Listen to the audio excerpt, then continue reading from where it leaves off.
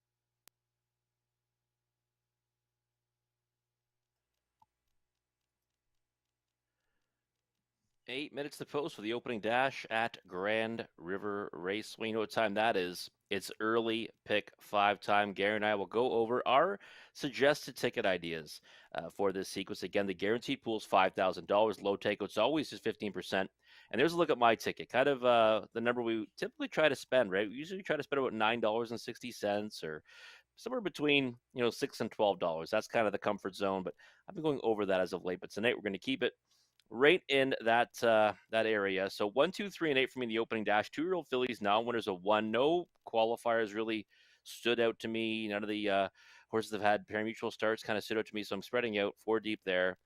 1, 2, 3, and 8 looks like a competitive dash to kick off the card. 3, 5, and 6 in race two, giving the edge to the 3 Ballykeel Painter. Thinking this one's gonna maybe come back with a big rebound effort here at the river. I like that one's chance to 6-1 morning line, but also using the 5 and the 6 at Honolulu Vacation and Vogue Blue Chip. Race 3, the 1 and 7, Twin Bee Nancy's Wish. Good closing effort last time out. Love Party, kind of the unknown quantity of the group, but those races on the East Coast were pretty good, and I think that she fits in with that group in race 3. So happy to go too deep there with the 1 and 7. Race 4, that's where we're taking our stand. Just the 8, Onyx Bavino. Now the 8 hole, it's been a very difficult spot to win from. I think just one winner so far this whole meet. But Onyx Bavino, I think, has got a bit of a class edge, competitive edge too, with who he's been racing against, and he's also got that tactical speed off the switch. So I'm going to go alone with him, even with that post number 8, Onyx Pavino, my single in race number 4. Race 5, the 3 and 7, Oki Healy's kind of just a tactical speed use. It's a third start back in the bar to Cassidy Schneider, one that might be able to take them coast to coast, but you've got to have McCallum on the ticket, the 7, class the field. He is the most likely winner as long as he brings anything close to his A game, but it's still post 7, and he's been 7th in his last 2, so 2 deep there, 3 and 7. $9.60 is my ticket cost. What do you have for us tonight, Gary Guy? Did not spend as much, Robert, $7.20, and right away in the first race. So I did go with Wicked Jenny on top, but I also have the 5 and the 4. And so right away, we have a difference of opinion in that first race. So I did add Cinnamon Needs a Poncho and Bright Out Wait and See. Two that you did not use, even though you took 5 horses. So, well, we're looking at it differently. But you're right, it's not an easy handicapping race. Race number 2, I have the 2, 5, and 6. So again, we're looking at things differently. I have the 2 on top, not one of your picks, and also then I did use your 5 and 6. I didn't use 3 Ballykeel Painter. In race number 3, I'm going alone with MVP Kamala, so I know how many tickets we have in common because you didn't use the 5 on your ticket. Race number 4, you're right about Onyx Bovino, but because of post 8, I added all bets on red just in case. And in race number 7, we're of like mind, 7 and 3. So spend $7.20. There you go, $7.20 for Gary. And like he said, zero chances for us both be cashing our tickets here in this early pick 5 sequence because we have a difference of opinion. Really, in the first 3, we kind of see things differently, but obviously race 3, we see things completely differently. But there's Gary's ticket. We'll see if we got Conley's ticket as well. We'll take a look at what he's got in store for us tonight. Conley usually tries to spend around the same amount. Yeah, $10.80. So we're all within that economical comfort zone, right? 1, 2, and 8 here for Conley. So we see things kind of the same way in this opening dash. We see it exactly the same in race 2, 3, 5, and 6. So far, we're on the same page. Twin Bee Nancy's Wish Key, the 1 in race number 3. So Conley and I right now are kind of going together throughout this sequence. He's got Onyx Bavino along with all bets on red. So we're pretty much seeing everything similarly, and he just adds the 9 in race number 5, Malone, to his pick 5 tickets on top of the 3 and 7 that I have. So $10.80 for Conley. And again, Conley and I kind of see things similarly, whereas Gary and I are kind of definitely on a different page in races 1, 2, and 3. But that's a good thing, right? Differing opinions. We'll probably have a few little debates when we go over those races individually. But you've got a few minutes to map out your winning wagers for this early pick 5 sequence. Again, the pool's guaranteed at $5,000. The takeout's a low 15%. We'll come back in a few minutes to take a closer look at race number 1.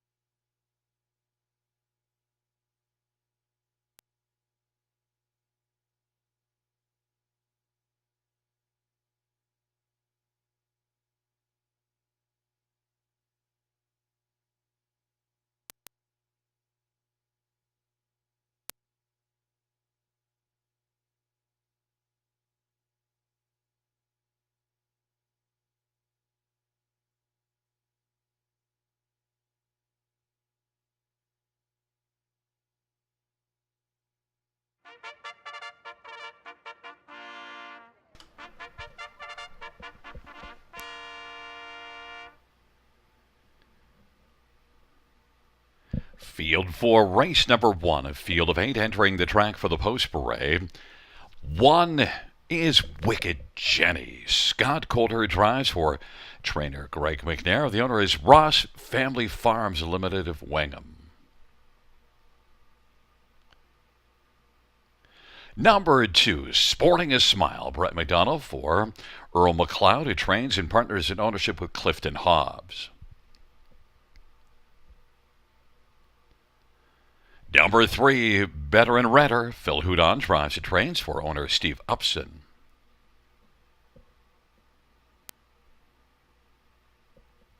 Number 4, Brydown Wait and See. Paul McKenzie for Kendall Ron and Brydown Farms. Number 5 is Cinema Needs a Poncho. Brady Legacy for Gary Murner. The owner is Alberta Inc., a numbered company from Guelph, Ontario. And number 6, My Wicked Heart, Jason Ryan for Dominic Gladue and the stable. Number 7, Wicked Word, Sammy Filia for Bill Butt and Hut Racing.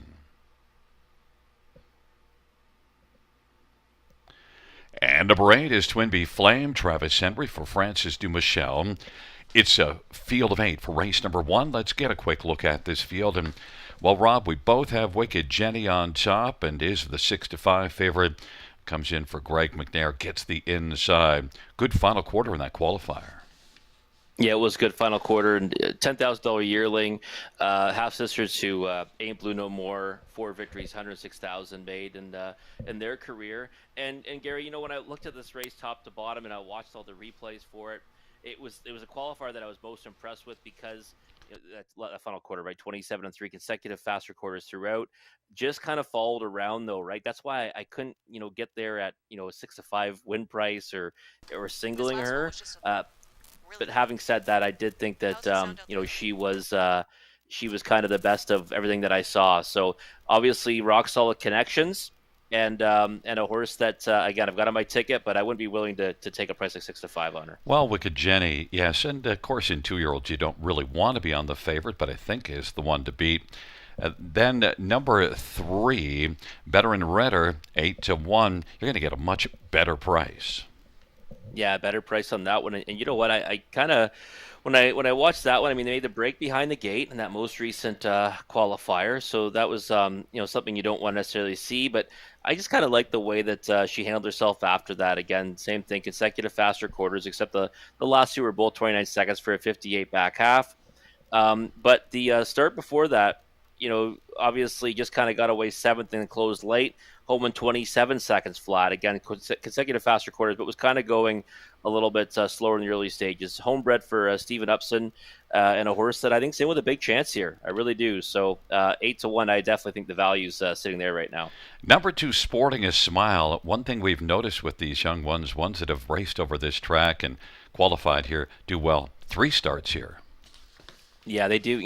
I think it brings a significant edge. And, Wicked Jenny's first qualifier did come here, so she's got that going for her as well, the favorite at even money. But, yeah, Sporting a Smile, parimutuel start already to their credit. Prospect Series race, I thought, against, a decent enough group anyways, and a couple of qualifiers. So lots of experience over this 5/8 of a mile oval. And a horse that I think is going to be in the mix throughout. You pick up Brett McDonald, so that's certainly not a bad thing either. Again, 3-1 I think is about the right price, now down to even money. So that might be a little shorter than I'd be willing to take on her. But we'll see how we end up post time. Man, if you could kick off a pick 5 with number 8, Twin Bee Flame, you'd be flying. Yeah, the thing is that I'm a little bit surprised we're seeing no support at all there, because if you're liking one like Wicked Jenny, right, you look down at Twin Bee Flame and realize this horse is only just over 2 lengths away from her in the most recent qualifier.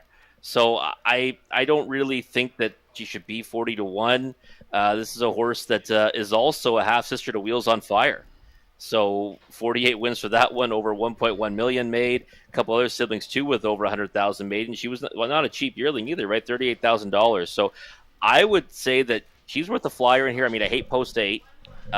Maybe she's going to get better with a couple of starts, but I think she's one that you'd want to look at for a bombs away winner here in the opener. We just got some big news here. The one, Wicked Jenny, is scratched. Man, that really opened things up, so we'd better touch on some other ones here.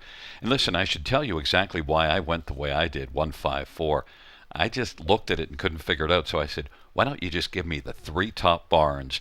Greg McNair, Kendall Ron, and Gary Murner, all sporting 300-plus training averages. I just took a different approach and was hoping to catch one that people might not back. So now I want to talk number 5. Cinema Needs a Poncho. Yes, Brady Legacy C driver, but did qualify this one here and qualified well. But then that last qualifier, well, what did you think of it? Well, I thought it was okay, and Brady Legacy already got his first career victory, right? So, again, I thought the qualifier was okay. 59-3. Obviously, the time was one of the quicker ones you see on the page here. And the other thing too is you got that qualifier before that over this surface, right? Getting beaten 3 lengths. I thought that we see this one maybe get a little more support than I'd be willing to get behind. Love the barn, obviously, and I think 5-1 is probably a much better price than I expected. So now, what's really interesting about this, Gary, is that Wicked Jenny is going to be on a lot of tickets, right? And a lot of people might not, if they're playing and they're not, someone who watches the broadcast closely or hears that they've already bet their tickets earlier today, they're now locked in with her and their ticket. They're going to end up with the favorite. So whoever goes off the favorite here, it looks like the 2 Sporting a Smile is going to have a lot of weight on them. If that horse gets beat, whoever the favorite is gets beat, then the knockout is an exponential one. So keep that in mind, folks. You want to maybe spread it a little bit here and try to, get through this first leg, because whoever the favorite is, if they lose, they're taking a lot more weight down with them. Well, then the other one that I added in for Bright on Wait and See, and that's the one that qualified here. The back half. Well, your thoughts? I thought it was okay. Yeah, I got to remember too. Grin and Win was the winner in that one. Grin and Win was a horse that I loved and absolutely raced like a monster in their first start. So getting beat 10 lengths of that one there's no shame in that, and I think that she's good value right now at 18-1. I mean, right now I'd probably be spreading out here in the opening leg of the pick 5 and just hoping to get one of the longer ones down or even one of the peripheral ones down, because as long as the favorite gets beat, you're advancing with not very much money left in the pool. You're probably much happier with Better Than Redder at 3-1 because of all that money that's going to land on 2 Sporting a Smile in that pick 5. And taking up their position, Sporting a Smile, Better and Redder, Right on Wait and See on the inside. Cinnamon Needs a Poncho, and My Wicked Heart to the outside. Wicked Words, Twin Bee Flame. It's a field of 7. Race number 1.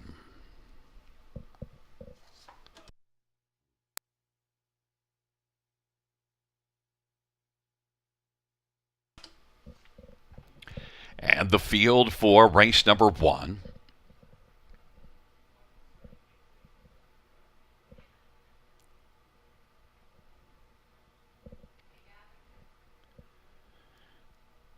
Is at the start, and the field for the first dash is underway, and it is Cinema Needs a Poncho and Bright on Wait and See, the first couple to drive home.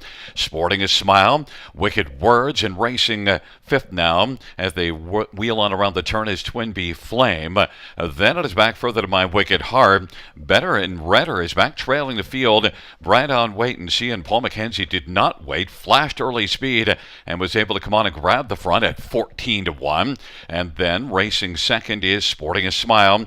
Cinema Needs a Poncho is on the inside, racing third now. Then My Wicked Heart and Wicked Words as they race off the turn. Then it is back further to Twin Bee Flame as they head on past us. And then trailing the field is Better and Redder. And it is Bright on Wait and See and Paul McKenzie looking for a second panel breather. 29-3 opening quarter. And it is alone on the lead right now. Bright on Wait and See flashing on up to the half and getting it a little closer now is Sporting a Smile and Brett McDonald as they work their way on down the backstretch. Cinema Needs a Poncho is third, 1 minute flat the halftime. My Wicked Heart is moving on the outside, and Cinema Needs a Poncho is going to stay on the inside, move up a little bit. My Wicked Heart is on the outside first over, but it's Sporting a Smile. Quickly pops out from the pocket now. And Sporting a Smile, the 3-5 favorite, comes on, takes a lead, but fighting back is Bright on Wait and See.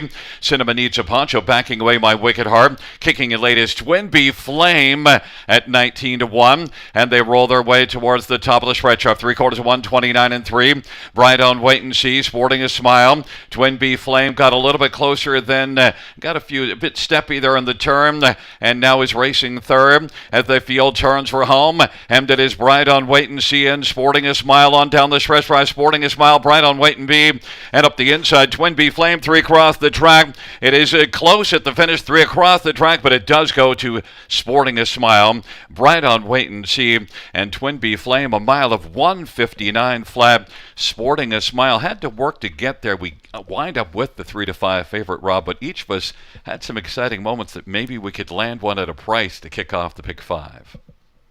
Yeah, it was one of those ones where, listen, Sporting a Smile looked like, I mean, I thought was just going to pop out and go right on by. She had all kinds, and then she kind of hung out there, brought out Wait and See, battled back, and then Twin Bee Flame was really marching up nicely into contention and then got steppy. And I did see her put in steps even at Mohawk Park a couple times under qualifier, but I thought that, again, and just on what her pedigree was, maybe she'd have a big chance in here. And I thought she raced really well to be third, all things considered. But yeah, it would have been nice to see her come up the inside at 19-1 and take this one down, Gary. And Bright on Wait and See certainly gave me a big run for my money and ended up second, and it was a very solid effort, one we're going to have to look at now. Oh, definitely have to watch this one going forward because, I mean, yeah, every time you've got a horse that goes out first lifetime start, goes to the engine and battles gamely like that, right? They're going to be better for it, right? Opens up their lungs, gets them out there, and obviously she'll get another crack at the maiden ranks, and we'll be able to come right back against similar companies. So that's going to help her chances. But I thought it was a good effort all in all. And again, with the two winning, Sporting a Smile, 3-5 on the board, but even shorter than that in the pick five, because you now bring all the tickets with Wicked Jenny forward as well. Yeah, and well, I get to stay alive because of that. But Cinema Needs a Poncho did manage to finish fourth, I believe. Yeah, that was one that got forwardly placed. I thought raced relatively well. I'll go back and watch and replay this a few times and see what ones we might want to look at going forward. But yeah, no, I thought the top finishers all raced well, all things considered, and I'll be looking for Twin Bee Flame next time, right? Post 8, post 7 with a scratch. But I thought it was a decent effort enough, and maybe she's one that might prefer the big track. Coming back in front of us is the winner of race 1. It's number 2, Sporting a Smile. 2-year-old sports rider Bay filly, owned by Earl McLeod and Clifton Hobbs. And Earl McLeod is the trainer, and Brett McDonald, the winning driver. Sporting a Smile, 1:59 flat.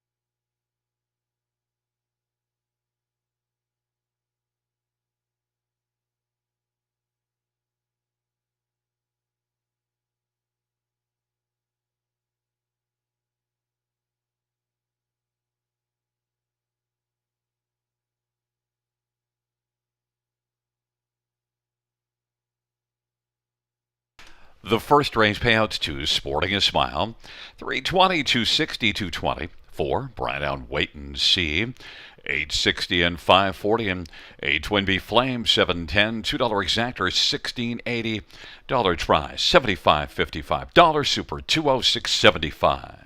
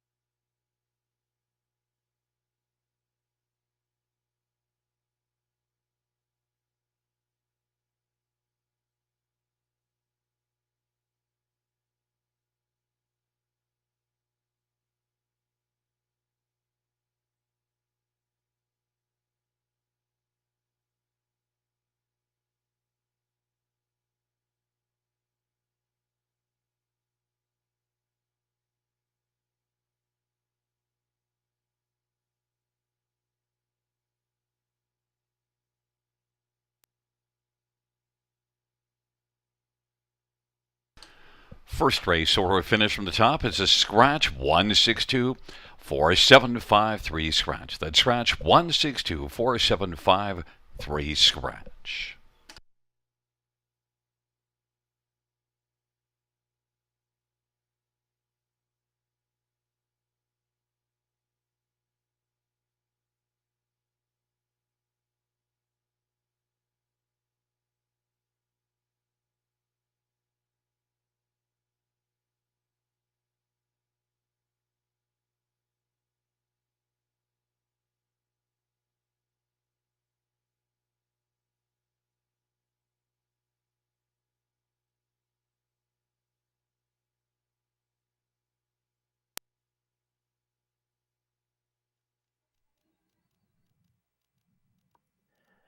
Race number one in the books, and the two sporting a smile gets to the wire first as the 3 to 5 favorite. Going to keep many people alive in that early pick five wager. But we now move on to the early pick four, starting right here in race number two. $2,500 is the guarantee, 15% is the low takeout. And there's a look at my ticket, just $2.40 in this sequence. We're 3, 5, and 6 here. Keel Painter, the three is the one that intrigues me the most, and right now sitting as second choice on the odds board. The 5 Honolulu Vacation is one you have to have, and the 6 Vogue Blue Chip. I think we'll enjoy getting back here to the river. So 3, 5, and 6 for yours truly here in the opening leg. 1 and 7 in race number three. Twin B Nancy's Wish has rail control this time. I think we'll see her more forwardly placed. 7 Love Party, one that I'm thinking can certainly do with this group making the trip from the East Coast. Yeah, post 7, but I think she can throw her hat in the ring in that dash. Race number 4, we're going all the way out to the 8 hole. Onyx Pavino, loving that one's chances. Um, Early speed. I think he has a class edge over his rivals, and he's been doing really good things of late too. So he should be confident. So Onyx Pavino is single for me in race 4. Race number 5, Too Deep. The 3, Oki Healy, just kind of thinking she might be kind of a speed play, tactical advantage play over her rivals in there. But McAllen is the one that, the clear one to beat. 3-1 morning line. I think he goes off at a much shorter price than that. Over 15 on the season, but this is a very soft spot for that veteran that's got almost 250,000 made in 14 career victories. $2.40 the cost of my take. We'll see if Conley's got cooked up for us in this early pick four wager. We were seeing things very similarly in our selections, so we'll see what he's got. That's looks like might be something later on for him. Listen, I got a question for you while you're waiting for Conley's a pick four ticket. If our lovely director manages to find it, why not the 5 in the third? Why not MVP Kamala? Um, that's a good question. I mean, last time out, no chance, obviously. Now getting back down to a favorable spot and tactical speed. So, yeah, I think Gary, you could be onto something with that one. I know you were all in singling MVP Kamala. Maybe we can see that one go out there and go all the way on the engine this time around. You also get Garrett Rooney aboard too. So, yeah, good things for that one. You might talk me into using that one in that race. Well, So listen, I don't think moves back without a down chance. and was Yeah, off, what was it, say, 13. So off 3 weeks before the last race, now comes back yeah. 7 days later. Well, there you go. You're selling me on MVP Kamala. You're really getting me in that one's camp. So I might have to add that one to my ticket. And there's Conley's ticket. There's Conley's ticket. Yeah, 3, 5, and 6 here. So we see things exactly the same here in race number two. Just the one in race three. So he's willing to kind of go with half of what I've got in that one with Twin B Nancy's Wish is a single tonight. I do think she's the one to beat in race three. Race four, he's got the 4 and 8. All bets on Red, who was a nice winner at Mohawk Park last time out, and the 8 Onyx Pavina, who again I think has an edge over his rivals in that dash, and the 3, 7, and 9 in race number 5. So he's got Oki, Healy, and McAllen. He's added in the trailing post Malone, who was one I kind of looked at, but I just think that it's going to be a tricky spot to start from and might get lost in the mix in there. But definitely would add some value to his ticket if he got that one down. $3.60 is the cost of Conley's ticket. And I'm going to put your winning wager for this early pick four getting started in just a few minutes. We'll come back and take a closer look at race number 2 after the post parade.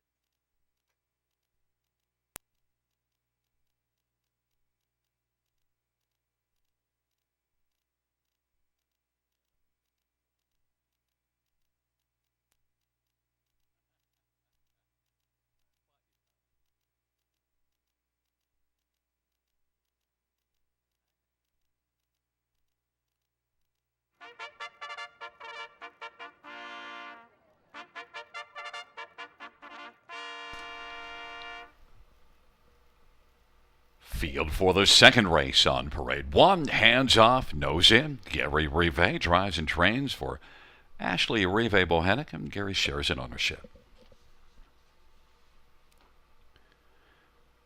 Number 2, JMR Speak Away. Colin Kelly for Boyd Wilson and JMR Racing and Harold Wilson.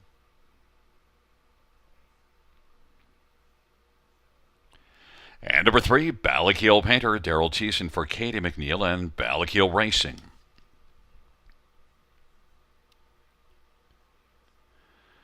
Number 4 is Mac Wow, Paul McKenzie for Blake McIntosh and Hut Racing.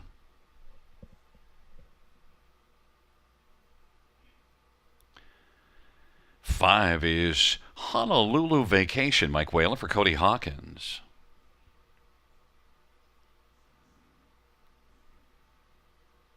And number 6, Vogue Blue Chip, Jason Ryan for Rod Boyd and Rick McNeil and John Osinga.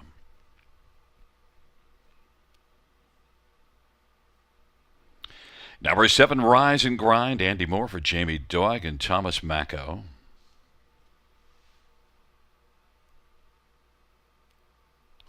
And number 8, Love That Miramont, J.B. Renault for Julie Walker and Michelle Raymond. Field of 8, race number 2. Let's get a look at this field for the Prospect Series and 3-year-old Pacing Colts and Geldings. We'll start with number 3, Ballakeel Painter. Did not fare well at the Prospect Series last race, but you can make an argument for that race, Rob, and I'm sure you did. Yeah, no, it's, Gary, I'm just willing to toss that one out because, you've got a horse that goes to the quarter, 27 flat, right, from post 7, has to battle it out before getting to the lead, and then fades out of it and gets beat by a wide margin.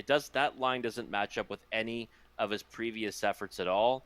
And if you go further down the page, you see a win at Clinton from post 3, same post that he has this evening, and was an easy kind of winner in the Prospect Series, and even a nice second to Lamborghini Lou, who we're going to see that one later on tonight. That's a good form reference too for Ballakeel Painter, and Daryl Thiessen's been aboard this one before, driven this one to multiple victories, so he knows the horse well. And I just think that we were going to get an overlay on him in here. Now we're not seeing that right now at 2-1. Right now, I would say it's a bit of an underlay, all things considered. But I did notice in the double and everything, he's paying pretty well and significantly higher than the 5 Honolulu Vacation. So that price will likely rise up come post time. But he's the one I'm going with. Always kind of like this horse, and I think he can beat this group, especially getting that serious post relief tonight. And I talked about taking the top barns out of the first race. Well, Katie McNeil is having a monstrous year. Yeah, absolutely. She's having a great year. The win percentage is 22 for 78. That's monstrous, and the 403 Universal Trainer rating is fantastic. So she's having a big year. And again, I like Ballakeel Painter as a racehorse. I thought that he's had some really big efforts, and I like his chances tonight. Vogue Blue Chip is one that's got a win here. Yeah, Vogue Blue Chip, you've got to like this one's chances just getting back to Grand River, right? Because 2 starts ago was a rock-solid winner here at 70 cents to the dollar, and before that was sitting on a win. Couple of thirds, but also, kind of a couple times got locked in, sat inside trips, and even that victory sat an inside trip before pacing past them late. The effort at Mohawk Park was okay. It wasn't, you look at the line and say, oh, maybe this horse got locked in. There was none of that. Open road in the stretch and just was 4th best, beaten over a length, but I think this is more suited to this horse, right? A, the service, and B, the level of competition. So I like Vogue Blue Chip to get a good piece of this in here. I'm surprised he's sitting at 6-1. Honolulu Vacation, beat up a Prospect Series at London, but since then things haven't gone well. Yeah, not really, but you know what? You can also forgive that because you got that vet scratch due to sickness on June 24th. Obviously missed some time before that July 9th start. Last time out, went off at 8-1 with James McDonald aboard.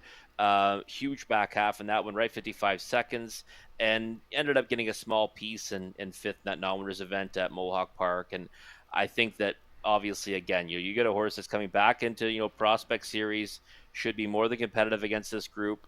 I thought we're going to see Honolulu Vacation based on the doubles and everything be the favorite. We'll likely still see that, I think, come later on. And I think has, again, as good as chance as the other two I'm using, the 3 and 6.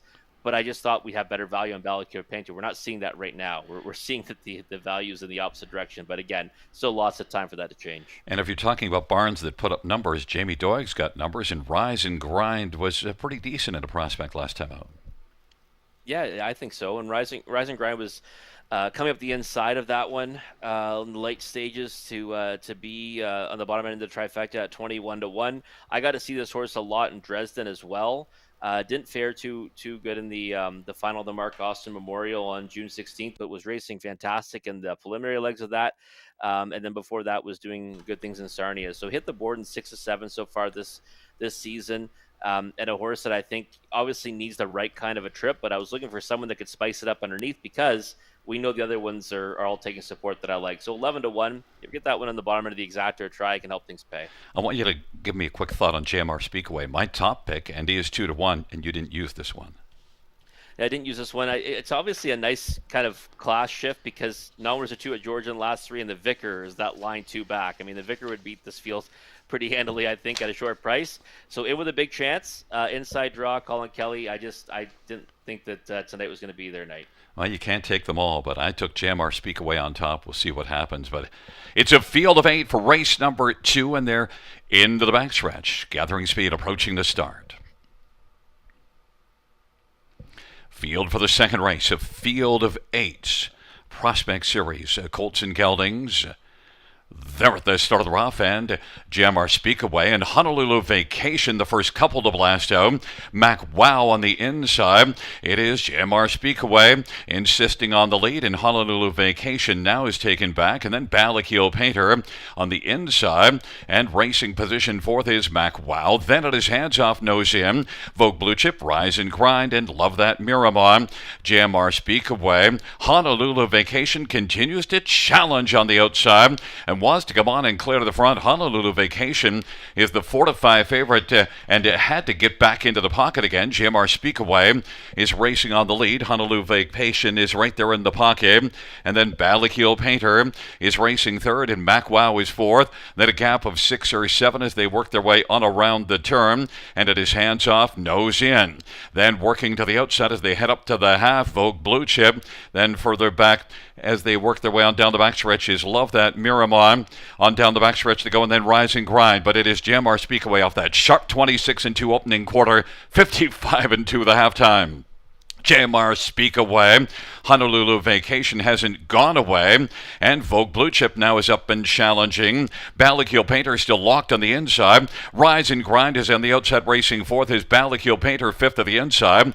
Then it is Mac Wow. Love That Miramar. Hands off, nose in. JMR Speakaway. Vogue Blue Chip. Honolulu Vacation is still there in the pocket. It is JMR Speakaway as they're about to turn for home. Vogue Blue Chip. And racing third, Honolulu Vacation, and Rise and Grind on down the stretch where they come. JMR Speakaway and Vogue Blue Chip. JMR Speakaway digging in. JMR Speakaway and Vogue Blue Chip is getting closer now. Vogue Blue Chip is going to just get by over JMR Speakaway. Honolulu Vacation and Rise and Grind a mile of 154 flat. Vogue Blue Chip finally gets up and gets the job done. Vogue Blue Chip is at a nice little price, 24-1. Robert. Yeah, I mean, first of all, how in the world is this horse 24-1? I have absolutely no idea. It just shows you that sometimes you have to just be monitoring the odds board, and we know late money comes in, so you have to get it obviously in very late. But this is a horse you almost just bet blind at that price, Gary, because this horse should never be that big of a number. Definitely not that big of a number in the pick 5 pool. I can almost guarantee that. So it is a big bust out, but not as big as the odds would indicate. I mean, even the double is paying $34.20, which is just $2 more than Ballacure Painter at $32.70. So you're talking about a horse 4-1 versus 24-1. So for me, it's a horse that you bet blind at that price. But wow, if you got a win ticket on this horse, you just got probably the overlay, maybe in the history of Grand River Raceway. I'm not even exaggerating. That price is monstrous on Vogue Blue Chip. Was very good here in Victory 2 races ago. And last race at Woodbine, that's a mile of 54 and 3, 27 and 4 final quarter, beaten a length and a quarter, so it does add up. What about JMR Speakaway? You know, I have to speak about that. Yeah, no, it was. I mean, a good call by you. A horse that was adamant on having the engine. Which when you kind of mentioned the horseman, I started looking at him more. I said, "Oh, this horse is definitely getting forwardly placed." I mean, you got Colin Kelly, who's been driving him in his last three and getting him forwardly placed every time, and he raced fantastic in defeat. Just got beat by a horse that had a little more tonight in Vogue Blue Chip. Got softened up too, obviously in the early stages, right? So that helps Vogue Blue Chip's chances. Honolulu Vacation, the favorite at 4-5, kind of battled him a little bit early on. But again, Vogue Blue Chip 24-1, Gary. I can't say it enough. Overlay of the century. And you also added in Rise and Grind as one of your top four, 30-1. So I've got to give you a cred for that. But Vogue Blue Chip were both alive in that pick five, 24-1. But as you mentioned, not at that level. Vogue Blue Chip, Jason Ryan, the winning driver for Rod Boyd, the owners of Rick McNeil and John Osinga. 3-year-old Better's Delight, Bay Gelding. Second win for Vogue Blue Chip this year and a lifetime. 154 flats. That's a new career mark.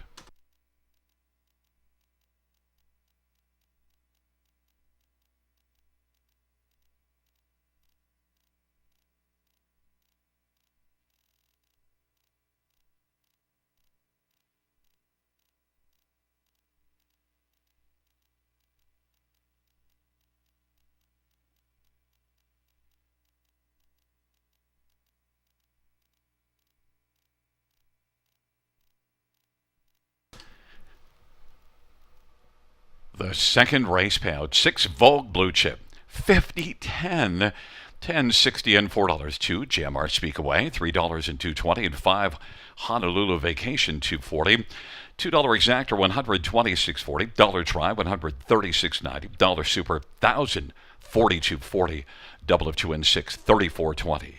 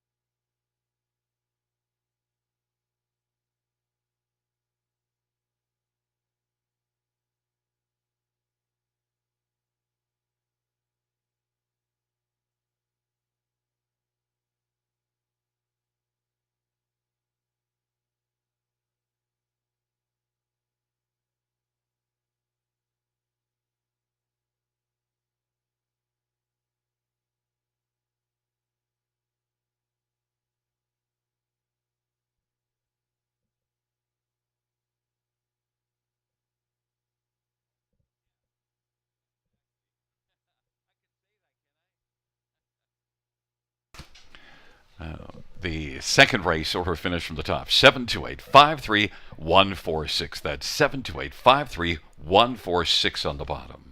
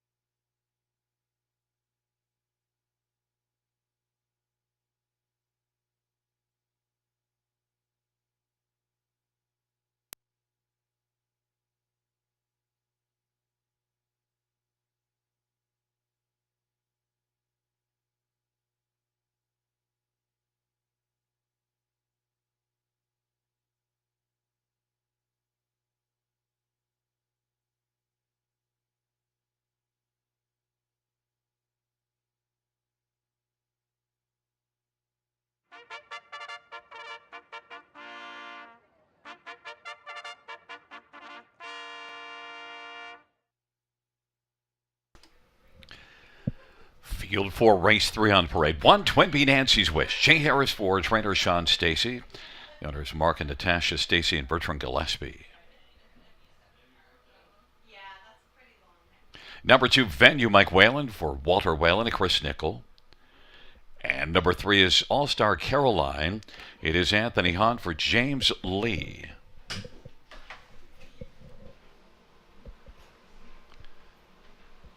Number 4 is RJ Jean, Brett McDonald for Ruth Moore and James Hasty. Number 5 is MVP Kamala, Garrett Rooney for Ernest Party.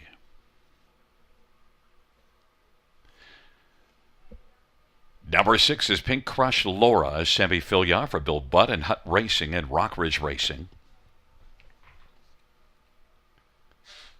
Number 7, Love Party, Jason Ryan for Mike White Nioski and Susan McKeegan. Number 8 is Speak of Joy, Louis Gregg for Vicky Gregg and Ross Family Farms. 9 is I Dream of Jeannie J.P. Renault for Julie Walker and Leonard Gamble. Field of 9, race number 3. Let's get a look at this field, Rob. And, well, one thing I can say, one of us will be out of the pick 5 after this race. You have a couple that are taking a fair amount of money. One of them, Twin B Nancy's Wish, now has come up a little bit on the board and is a little more enticing off that good closing second last time out. Yeah, I think so. And again, lots of time for the odds boards to change quite a bit before the word go. But Twin B Nancy's Wish, I just thought, was one that kind of took all kinds of support 2 starts ago here at the River. Ended up getting away 4th, went first up.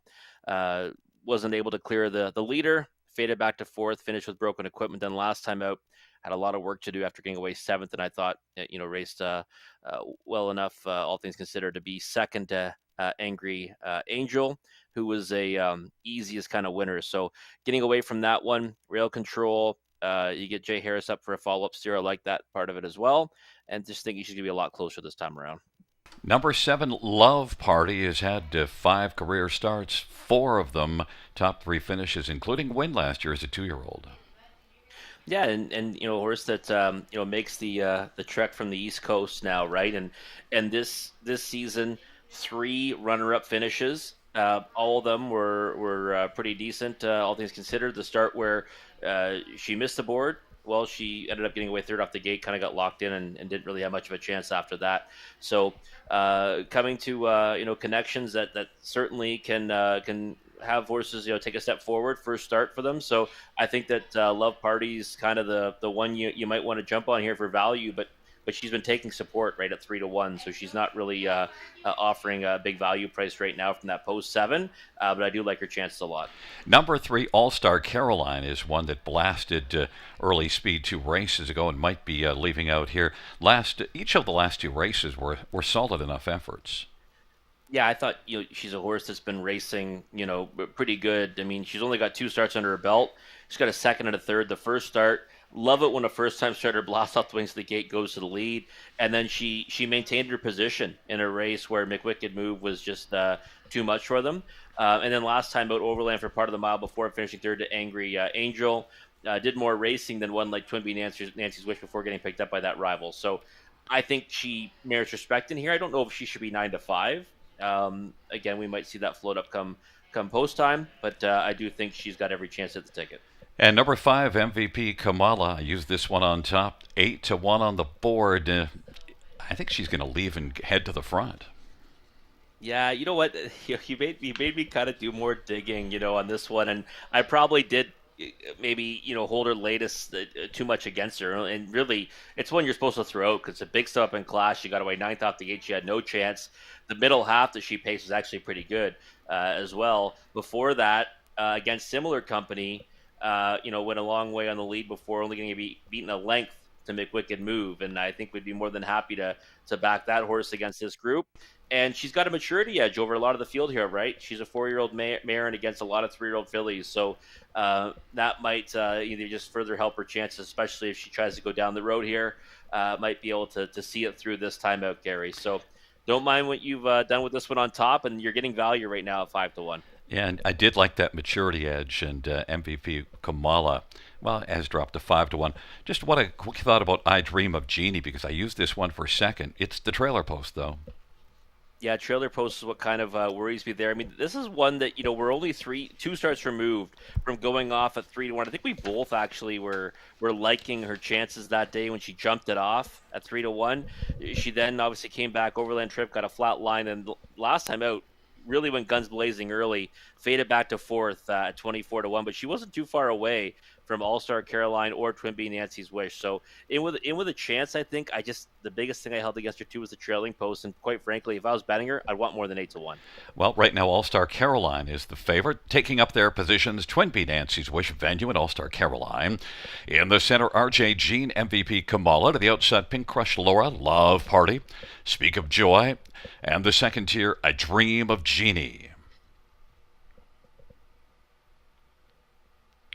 And the field for race number 3 is in position. Fillies and mares are at the start, and they're off, and MVP Kamala is going to blast out with authority. RJ Jean went off stride. Love Party's on the outside, racing second. Twin B Nancy's Wish third. All-Star Caroline is fourth, and then I Dream of Jeannie's on the inside fifth. Then racing sixth is Venue. Then it is back further to Pink Crush Laura and Speak of Joy. And now Love Party was able to come on and clear to the lead. MVP Kamala is going to race the pocket on the back of Love Party, who's 4-1, and then racing third. All-Star Caroline, Twin B Nancy's Wish as they race off the turn, and I Dream of Jeannie is fifth, and it is Love Party and Jason Ryan. Right now at 4-1, who's got the lead. MVP Kamala at 12-1 races the pocket. All-Star Caroline, Twin B Nancy's Wish, and then I Dream of Jeannie. And then it is back to Venue, MVP Kamala, or rather then further back to Venue and Pink Crush Laura. And then along to the inside, and now moving out is Speak of Joy. On the inside is Pink Crush Laura, and well back after that break is RJ Jean. 58 seconds flat the halftime, a 30-3 second pedal breather for Love Party. But MVP Kamala is trying to stay close in the pocket. Twin B Nancy's Wish is working first over. Then moving up on the outside is Dream of Jeannie, but Dream of Jeannie is still sharing fourth with All-Star Caroline. But right now it is Love Party.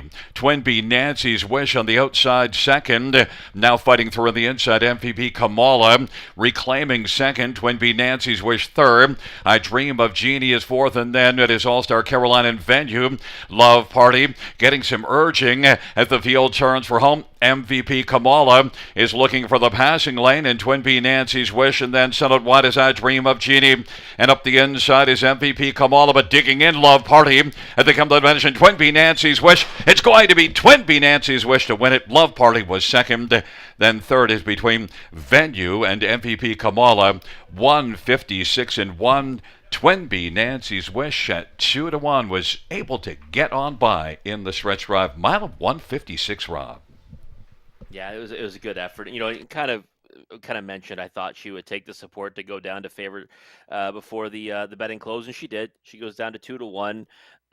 Just slight favorite though over All Star Caroline, but this is a horse that I thought Gary 2 starts ago obviously put into play first over, tried to rush the leader, ended up finishing fourth, and last time out just love the way that she closed to be second. This time around, more methodical approach in the first over position, and just grinded down Love Party, who's getting her first start in Ontario, first taste of action here, and gets by at the wire, and it comes in 1-7, kind of the way I thought this race and envisioned this race kind of going. So sometimes it works out. Love Party a good second at 4-1, and I think that's one we'll watch for next time. Yeah, and I took that flyer on MVP Kamala, 12-1 on the board, and you see in the picture right there, but just tired a little bit in the late going, and but at least a much better effort than last time out. Yeah, this I mean, well, much better effort because she gets to do what she's good at, right? Which is getting forwardly placed and against a softer group. And I thought it was a decent effort, all things considered. And it's a no shame in taking a flyer on a 12-1 shot that ends up getting forwardly placed as you expected. Since a two-hole trip. I mean, trip handicapping, you're ahead of the game there if you're getting a 12-1 shot like her in the two-hole. So she ended up fading back to fourth, but still going to help the super payout. You get venue on the bottom end of the try at 9-1. But Twimpy Dancy's Wish, all things considered, 2-1, fair price on her, and a horse that had been kind of knocking at the door for this victory. But you had the right to. You called it as a 1-7, and that's the way they come 1-7-2-5. And coming back in front of us is one Twin B Nancy's Wish. Twin B Nancy's Wish, a 3-year-old Better's Wish Brown filly owned by Mark and Natasha Stacy and Bertrand Gillespie. Sean Stacy, the trainer. Jay Harris, the winning driver. First win, Twin B Nancy's Wish. Mile of 156 flat.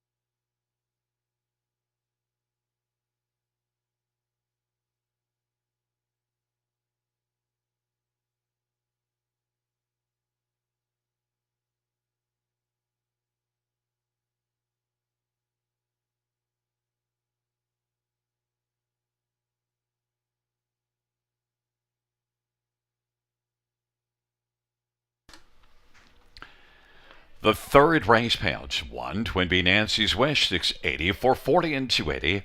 Seven Love Party 570 and 330. To venue $4.20.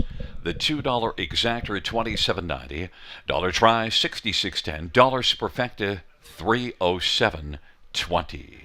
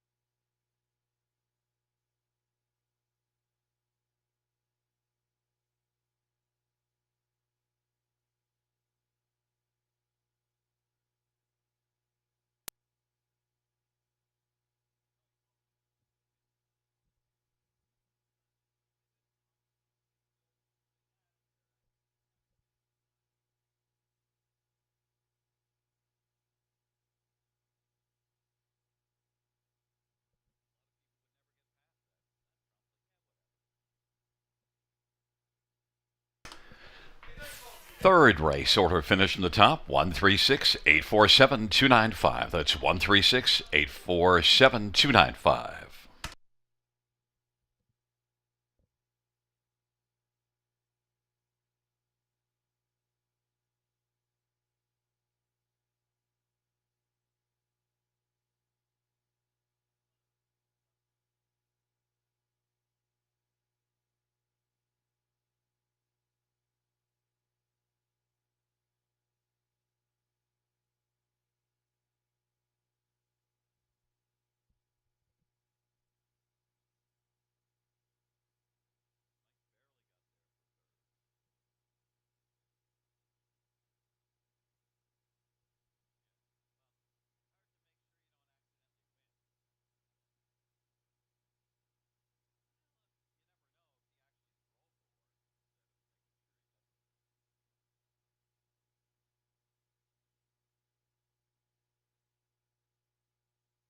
Back Farm of Canada is home to 9 exceptional stallions, including Beach Glass, the last Yeah, great this, I son mean, of well, legendary much sire better. of sires, Some Beach Somewhere. Also new in 2024, Lawless Shadow, an O'Brien Award winner for 2-year-old pacing colts and geldings. Double millionaire betting line, sire of 5 winners of over $400,000. Eric Wicked, the richest pacing stallion in harness racing history, and Hall of Fame inductee. Trixton, sire of 6 who have earned over $500,000, including O'Brien Award winner Evident Beauty.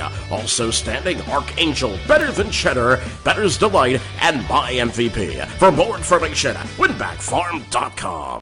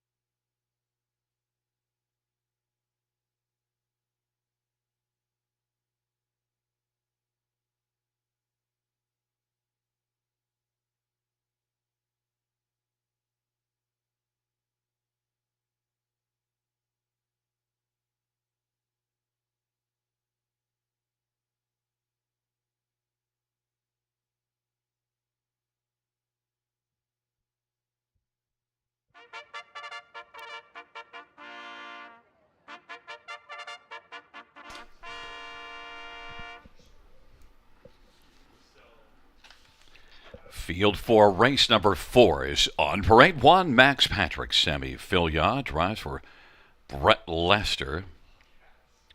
And owning Ron Nobes and Mickey Suter and Charles Gazzola.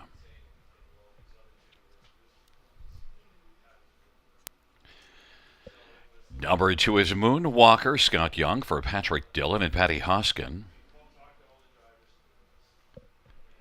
And number 3 is Hazy Coast. Mike Horner drives trains for Doug Wilson and Mark Horner. Number 4 is All Bets on Red. Travis Henry for Chris Haskell.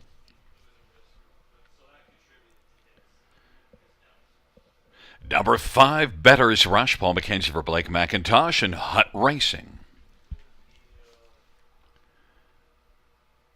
Number 6, Let Jim Take Over. Garrett Rooney for Lindsey Curran, Sally Charlton, and Rebecca Masters. And Mark Adams and Chad Rogers. Number 7 is Ace 44 Apollo. Phil Houdon for Nicholas Ahern. And number 8, Onyx Bovino. Jay Harris for Lacey McCabe and Glenview Livestock Limited. It's a field of 8 for race number 4. Let's get right to it. And, well, Rob, both of us are betting that Onyx Bovino from post position 8 will double the amount of the number of winners on the pace that have won from post position 8.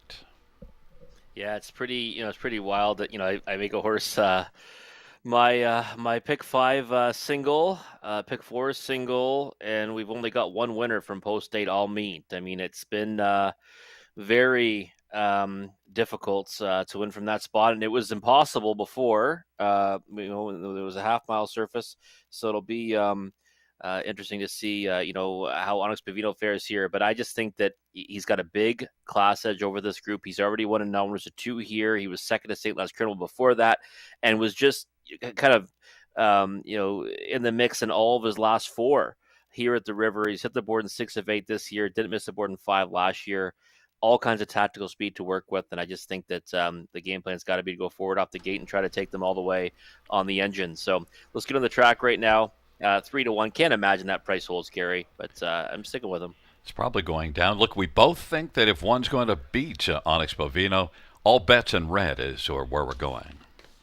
Yeah, I mean, nice win last time at Mohawk Park. It's for Prospect Series starters, but he beat Lamborghini Lewin there, who we're going to see later on. A tricky starting spot for that one later in the card from post 9, but I think that's a great form reference for this one. Now, having said that, the second quarter breather 31-1 certainly helped his chances on that occasion, but another one that was kind of knocking at the door against some tough company before that. Lamborghini Lou beat him in back-to-back efforts, and before that he had to face LA Sun Control in the city of London. So I like that one's chances if someone's going to cause the upset. And again, like, this race might line up those two. Now, there's others that might throw their hat into the ring off the switch, but they both have probably the most early foot, and I wouldn't be surprised to see the lineup being something like 8-4, 4-8. I also like that back half in that start 2 races ago. 54-3 back half at Mohawk to work from off the pace is pretty solid. Look, number 1, Max Patrick, is one that missing line, by the way, is third beaten 4 lengths at 54-1 with Louis Elroy driving. Yeah, and I think, listen, Max Patrick was one that we kind of were, I guess, cautiously excited about, in the sense that, it got claimed by Brett Lester, but had to face St. Lance Criminal, right, in the first 2 starts. So one that we were using underneath against that juggernaut here at the River. Ended up finishing third in both those 2, and now has hit the board in 3 of 4 for this barn. So I think he's in with a chance, but I do still think this is kind of deep water against the likes of Onyx Bovino, and now the addition of All Bets on Red. So I think, again, right kind of trip can certainly maybe get the job done. He's been wind shy in his career, but again, I do see this mapping out as him getting kind of a favorable journey. And then 5 bettors rushed 2 races ago in a race with St. Lad's Criminal, Onyx Bovino second, Max Patrick third. Next was Bettor's Rush, 7-2. Yeah, this horse actually took all kinds of support from the beginning of the betting, and now just floated up to 7-2. Two starts since that vet scratch due to sickness, so I kind of like that when they get that, that scratched line further in the rear view mirror. Picked up a smaller share in each of his last two. I like World Revival later on, so getting beat by pretty big margin to that one last time in Sarnia. So I think Blake McIntosh horses have been racing really well as of late. I think that's kind of something that gives him a little more consideration here with Bettor's Rush. I just think more so a player underneath the exotics, maybe bottom of the try or super. And a quick thought on let Jim take over because Garrett Rooney, Lindsey Kern. I threw this one onto my ticket for third at a price of 12-1.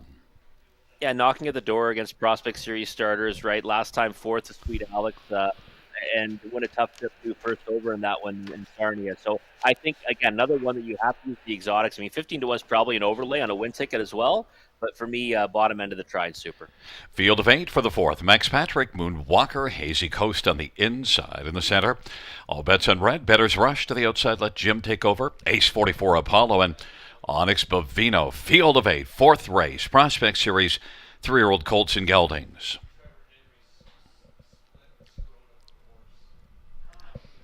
And the field for race number 4 is in the backstretch, nearing the start.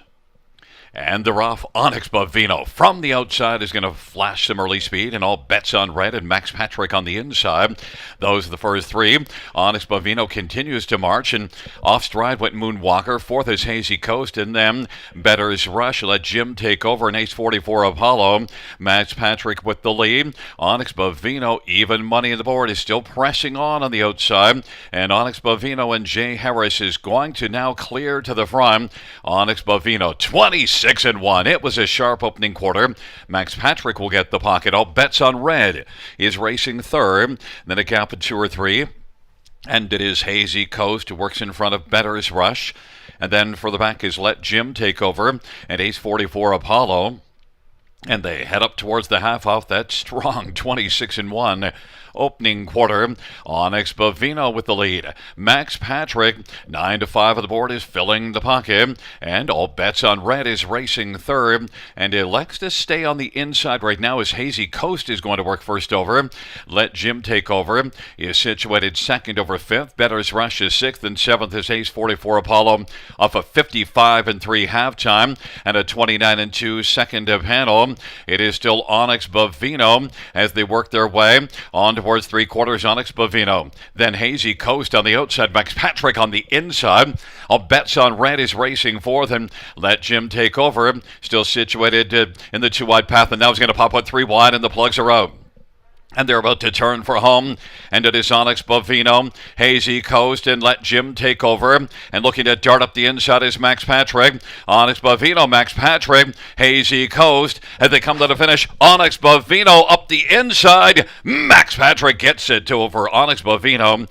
Then all bets on red. And Hazy Coast won 54-1. Max Patrick fell down to 9-5 on the board. Rob was the second choice, and post position A eventually did, I believe, cost Onyx Bovino. Yeah, it did. And the thing is, too, is that I talked about this horse probably getting a favorable trip in the race and ended up plugging in for the 2-hole, right? That's the difference of the whole race, Gary, because if you watch the stretch drive, all bets on red had absolute ton. It looked like Sam Fillion was trying to maybe edge off the cones on the turn there. He probably decided to stay put because he felt that the horse behind him had all kinds. And then that's the difference in the race, because now Max Patrick gets the passing lane, comes up for the victory, and all bets on red. Even if he gets clearance probably a little earlier in the stretch, he probably gets past for the victory. So put a big circle around all bets on red for next time, but still a nice victory for Max Patrick, who he's been a little camera shy, but certainly been doing good things for Brett Lester. And although you went all in with Onyx Bovino on the pick 5, and I just think post 8 makes him vulnerable. One of the ones that you could have used, Max Patrick, your third choice, is there. And also, all bets on red is on the outside to pick up third. Yeah, he was. Yeah, and again, like I said, he's on the watch list for next time, but others probably see it too. So you probably won't get that big of a price on him next time. It was a fantastic effort from all bets on red. Onyx Bovino, again, I thought raced really well in defeat, and you said it right. Post 8, I mean, it's kind of turned into being what it was before. Unfortunately, at this point, horses that go forward from it, they have to exert a lot of energy to get there and come around. So maybe we'll see the numbers for that post kind of pick up throughout the season. But to this point, it's been something that's certainly probably cost some horses that would typically win from a better post the victory. Yeah, and still, look, Onyx Bovino, that's a solid effort. And we do add Hazy Coast. I was trying to find one at a price. Let Jim take over, look good for a while, but it's Hazy Coast to add the value. Yeah, Hazy Coast. This is a horse actually that I loved when he first came out at the Raceway in London, and he hits the board with frequency, right? So this is kind of a class where he can do some damage as well. So looking forward to see that one in next time. Back in front of us, the winner of race number 4. It's one Max Patrick. Max Patrick is a 3-year-old sports rider, bay gelding, owned by Ron Nobes, Mickey Suter, and Charles Gazzola. Brett Lester, the trainer. Sammy Fillion, winning driver. Second win this year, third lifetime. Max Patrick, 154-1.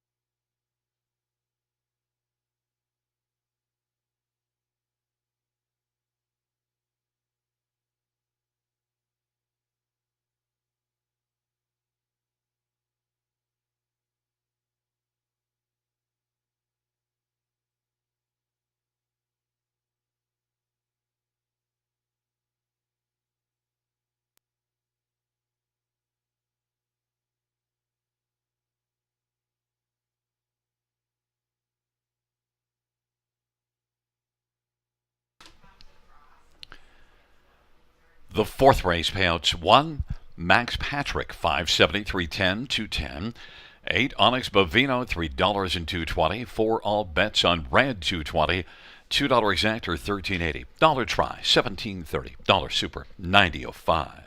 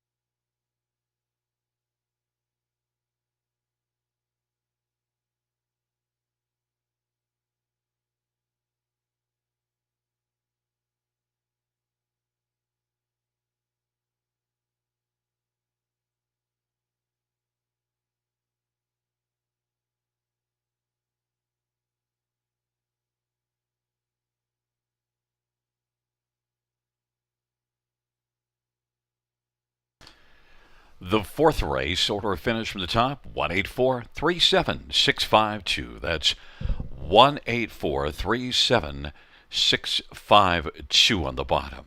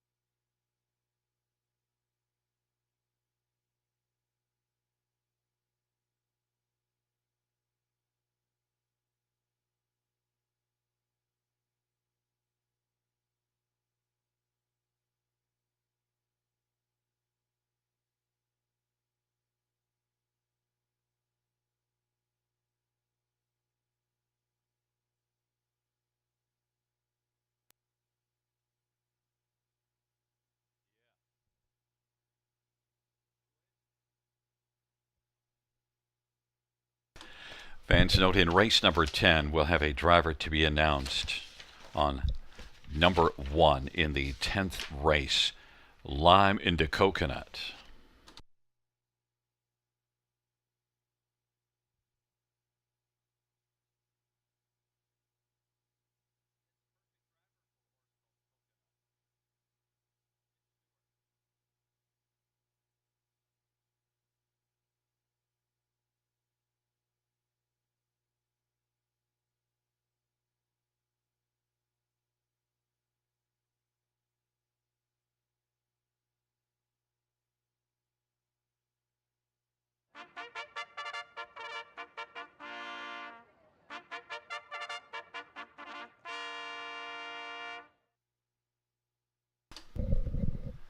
Field for race number 5 is on parade 1. He will. Bill Meegans drives and trains and owns.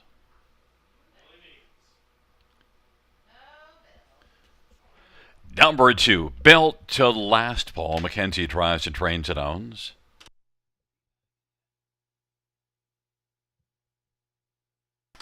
Number 3 is Okie Healy, Garrett Rooney for Cassidy Schneider and Charlene Waters. And 4 is Give Me Carrots, Steve Houdon for Phil Houdon and Jen Lucier.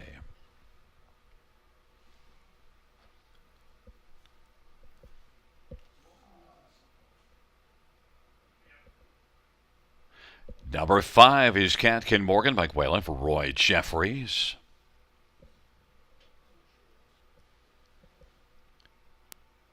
Number 6, Talismano, Jason Ryan for Mark Goddard and Howard Kaufman of Bryn Mawr, Joshua Kaufman. Number 7 is McCollin. It is Scott Young for Tim Cherwako. The owners are Gary Green and Tim shares in ownership. 8 is scratched. And 9, Malone. Brett McDonough for Mark Goddard. The owners are Howard Kaufman, Bryn Mawr, and Joshua Kaufman. Field of 8, race 5. Let's get a look at this field, the final leg of all the multis. And, number 7, McCollin's the one we both like on top and is the favorite in all of those multi-legs as well. 4 to 5 right now, Rob. Yeah, I mean, this is pure class of the field, right? You can't take that away from him. And there's a lot of boxes being ticked with McAllen, your third start back off a layoff as well. This is a horse, 14 career victories, 232,000 made, 0 for 15 this season, but has not seen a spot this soft, Gary. And last time I watched that replay, its bottom condition class at Mohawk Park was under urging, racing up on the heels of horses late. Again, wasn't like, would have probably fared any better if he had room, but you'd have to think now ready to take a bigger step forward. Third start back, softer company here at the river and looking pretty good on the track right now for Scott Young. So I thought he'd be odds on, and here he is right now. Wouldn't even be surprised if that price drops even further come post time. There'll be a few people cheering for Okie Healy because it actually pays well in the multis, and Okie Healy is one that I think has a reason to bounce back. Yeah, I think so. And listen, the thing that's intriguing about this horse for me is, Cassidy Schneider. They ended up going to Reno to claim this one back for $1,000 more than they lost her for on May 25th. And I had thought that she'd really turn the corner for that barn and a handful of starts before that victory in Sarnia, and then. They took her back, and since then a 6th and an 8th place 7th, but excuses in both of those races, right? Difficult post last time out against a pretty tough group at Clinton, and before that overland trip at Hanover. So you get reunited with Garrett Rooney, big time tactical speed threat for Okie Healy here, and I think that she will be forwardly placed, and if she minds her manners and everything, I think she gets a big piece of it. And if you're going to go to 6 Talismano next, you also have to excuse a break last time out, but it was post 8, and Talismano was caught on the outside trying to work forward. Yeah, and again, I thought that Talismano is one that you look at it and say, okay, well, before that race, bottom condition at Mohawk Park, picked up one minor award, and he's been a useful horse. Even though you only see 3 on the board, finishes 21 starts, he's got 13,000 made, and I think this group is well within his reach with the right kind of trip. So flat line, is probably something that's going to be one of the top priorities tonight. But I still think in with a big chance, especially when you have to use in the high five wagers. Built to Last is interesting because it actually was pretty effective last year as a 4-year-old, and this year has been kind of alternating. Look, 2 races ago at Hanover came from way off the pace. You probably saw that. Yeah, and I think that for me, Built to Last, I think might be closer to the action this time around. I mean, a lot of the paper shows closing from out of it, and that effort two back was a decent one, we'll say. But I think that we might see him closer to the action today, especially from post two, 14-1 on the board. I think he really fits in nicely with this group and can get a good chunk of it. And a quick thought on Malone. That's the one that you threw in on the bottom of your pick five. Well, you pick up Brett McDonald on the bike this time around after trainer Mark Goddard was aboard last time from post 10 at Mohawk Park. I mean, that's a dreaded spot to start from there. And you're not too far removed from a couple on the board finishes at Georgian Downs against solid groups. So trailing post is obviously a bit of a concern for how it works out, but 25-1, it's a big overlay on the 9 Malone. And it is a field of 8 trotters for race number 5.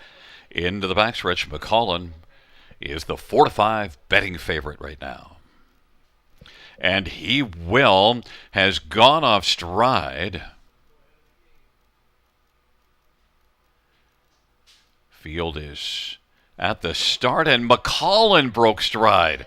Talismano is going to blast out, and then Built to Last, and He Will on the inside is racing second after that break in behind the gate. He Will is going to come on and grab the lead. Built to Last, and then Catkin Morgan, Okie Healy, Talismano, Malone, and then Give Me Carrots and McCollin as the field works their way onto the opening quarter. And it is He Will and Bill Meegans with the front. Coming to call on the outside is Catkin Morgan, and Built to Last is forwardly placed this week and is riding along in the pocket. And Okie Healy is in the front four, but right now is about 4 or 5 off the lead. Then it is back to Talismano. Malone on the outside now is starting to gain some ground, and then Give Me Carrots. And McCollin has to pass them all to win. It is He Will at 7-1 who's got the front. And they work their way on into the backstretch. He Will. Built to Last is racing second. Catkin Morgan on the outside is racing third. Then it is Okie Healy and Malone to the outside from the backfield. McCollin trying to make a huge recovery and then gets rough again. And Talismano and now goes off stride does McCollin. And Give Me Carrots now has vacated the pylons as they race their way on towards 3/4. And now coming on to grab a slim lead on the outside. And that is Malone in the center of the track.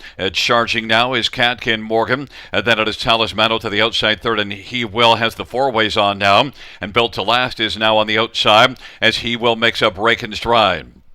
3/4, 127-1. Talismano. It's Talismano as the field turns for home. And Give Me Carrots now on the outside. On down the stretch where they come. Talismano and Give Me Carrots as they come to the finish. Talismano is going to win. Give Me Carrots was second. Then it was Malone, and finishing fourth on the inside, Catkin Morgan. The 5th race, a mile of 158 flat. Interesting dash, and it changes drastically at the beginning, Rob. Yeah, it did. I mean, the first breaker was He Will on the inside, and then of course McCallum, the big favorite, right, makes that miscue behind the gates, and then was making a big recovery and made another break in stride. So I mean, obviously, a horse that has all the back class and everything. He doesn't show a lot of miscues either. He just didn't want to mind his manners tonight, right? He's been kind of obviously off form as of late. This looks like the right spot for him, but not when you go out there and you make multiple breaks and strides. So he blows up as a hefty favorite, Gary, and it opens the door for somebody, right? And that horse is Talismano, one that I said this field's not out of his reach on his best day, and he ends up racing pretty well for the victory, all things considered. But again, who knows? Mac Allen stays flat. He probably still ends up getting the winner's circle. Yeah, and we see that in those He Will, the probables, Talismano is paying large. Oh yeah, big time. I mean, but that's the thing, right? Mac Allen was going to get hammered down to heavy favoritism. I mean, Talismano, I think, was third choice in the pick five, anyways, $220 for 20 cents, and same the third choice in pick four, $258. So yeah, there's, I mean, obviously value to be had when things like that happen. And what will be really interesting is what happens in the other exotic wagers, right? What happens in the trifecta and the high five. I mean, there's the high five right there. You got a 1-5 shot off the ticket, and every single horse is double digits or more. So, be interesting to see if someone found a way to hit the bullseye on this one. Well, the 1, 3, and 7 were the ones that were taking the money, and not one of them is in the top five. It's true, yeah, exactly, and 3,500 in the pool. So again, someone would have had to hit this exactly right to notch this one for a high five victory. I'm guessing a carryover. Just my guess. Back in front of us is number 6, Talis Mano. Talis Mano is a 5-year-old Muscle Hill Bay horse owned by Howard Kaufman of Bryn Mawr and Joshua Kaufman. Mark Goddard, the trainer. Jason Ryan's the winning driver. Talismano, the second win this year for Talismano, and a mile of 158.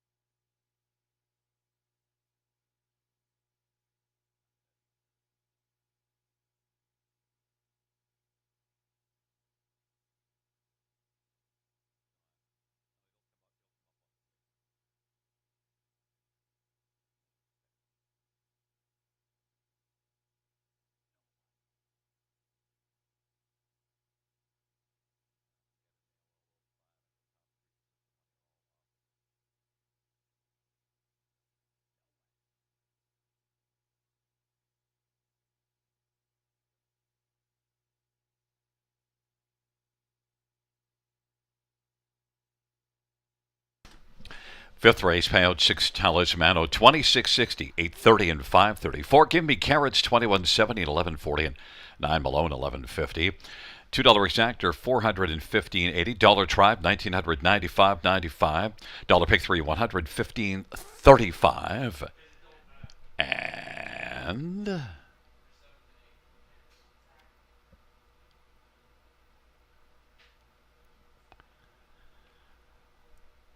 the Dollar Pick 5 was 1104.10. Note we did have a 20-cent high five, 2,953.63. Someone's very happy. And a dollar win for a 4 of 4 at 1,294.65.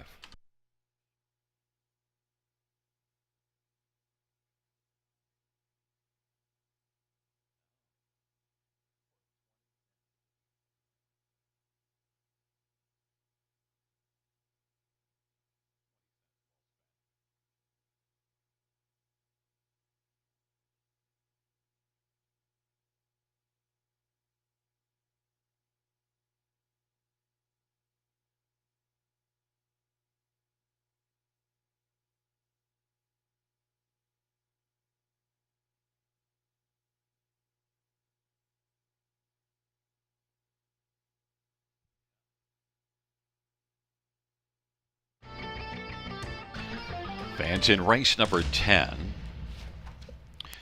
One lime to coconut. The driver will be Scott Coulter. Race 10, one lime to coconut, Scott Coulter.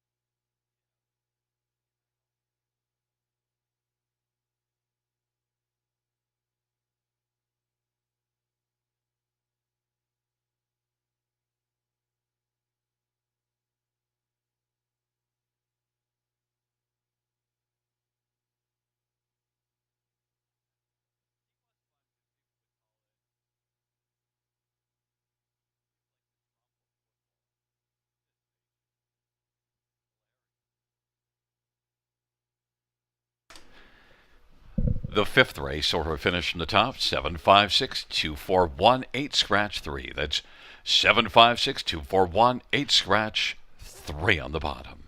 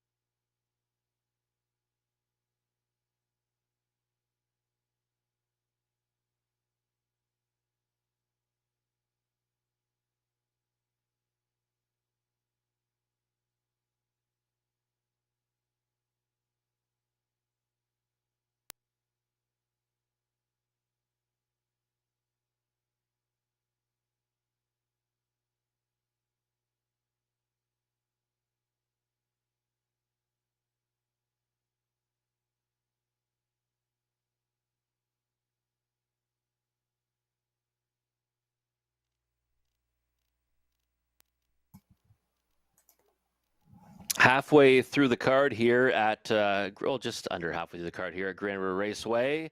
Bombs away in race number 5. Talismano winner at 12-1, 26.60 on the win ticket. Of course, Mac Allen, the big favorite, made a break and stride behind the gate. That opened the door for some monster payouts, including one winning ticket, and that's high 5 wager. $2,900, just over $2,900 for the winning ticket for that high 5. Difficult one to find, but handsomely rewarded whoever was the lucky ticket holder. But here we go now. Late pick 5 action starting right here in race number 6. Going to run through to race number 10. Of course, our finale will be the 11th tonight. Low takeout 15%. There's my ticket. Pretty inexpensive, $4.80. 2, 4, and 8 here in the opening leg.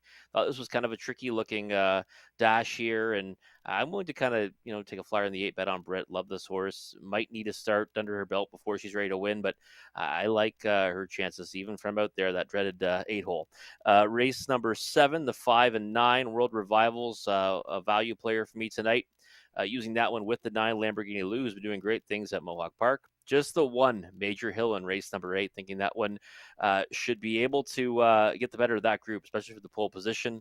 I already see Brett Lester with the victory tonight. I think that one might help that barn double up in race number 8. Race 9, the 5 and 6, Zippin' and Rippin', and the 6 DA Wicked Shine. DA Wicked Shine, I think, is back in with friends, we'll say. And I think that's one that you want to definitely consider. And the multi-leg wagers might not be as big of a price vertically as he'll be horizontally. And then in race 10, the 3 and 6 Sportsline and Ideal Perception. Those are the main 2 in there for me. Sportsline last time raced well from the trailing post. Nose back on gate tonight. And Ideal Perception, tough trip last time. I love both their chances in there. $4.80 is the cost of my ticket. We'll see if Conley's got a ticket for us for this late pick 5 sequence. Again, kind of, competitive looking sequence, but I played it pretty tight because I think there's some value to be had, but you also want to try to pick your spots. Let's see what Conley did. 2, 3, 7, and 8 here in the opening leg. So spreading out here, then singled the 2 Lotto Max in race 7, who made a real nice debut back on May 31st. But since those first 2 starts kind of tailed off a bit, but Conley's willing to single the 2 Lotto Max in race 7, 1, 5, and 7 in race number 8. So he's using the 5, You Can Have It All, and the 7 Enforcer, along with my single, Major Hill. 4, 6 in race number 9. That's Mappo O'Reilly and DA Wicked Shine. And then in race number 10, the money leg, the 3 Sportsline, the 4 Harry G, and the 9 Better Be Flying. No 6 Ideal Perception for Conley. $14.40 is the cost of his ticket. But again, if you want to get in this late pick 5 action, you want to map out your winning wagers in the next couple of minutes. Got a low take out of 15%. We'll come back and take a closer look at race number 6 after the post parade.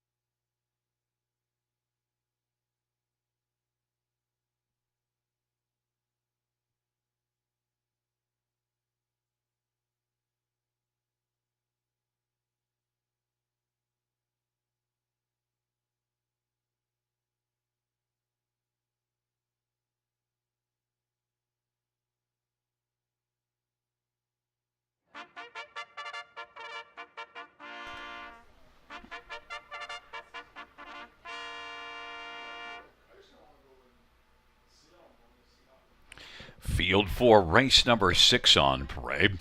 One is Quiet Assurances, Bruce Richardson for Rennie Dion. The owner is Howard Taylor and Falcon Racing.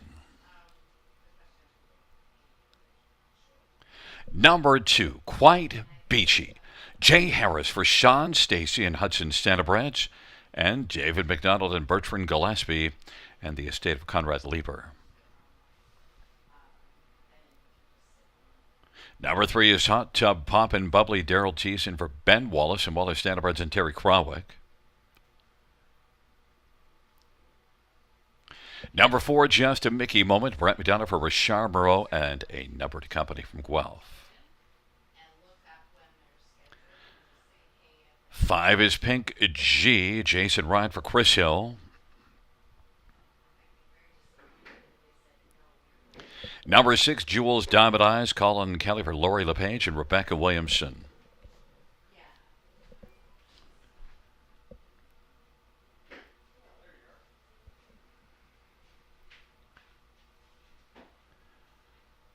Number 8 is Bet on Brit, Garrett Rooney for Catherine Cochran and Stephen Bastard.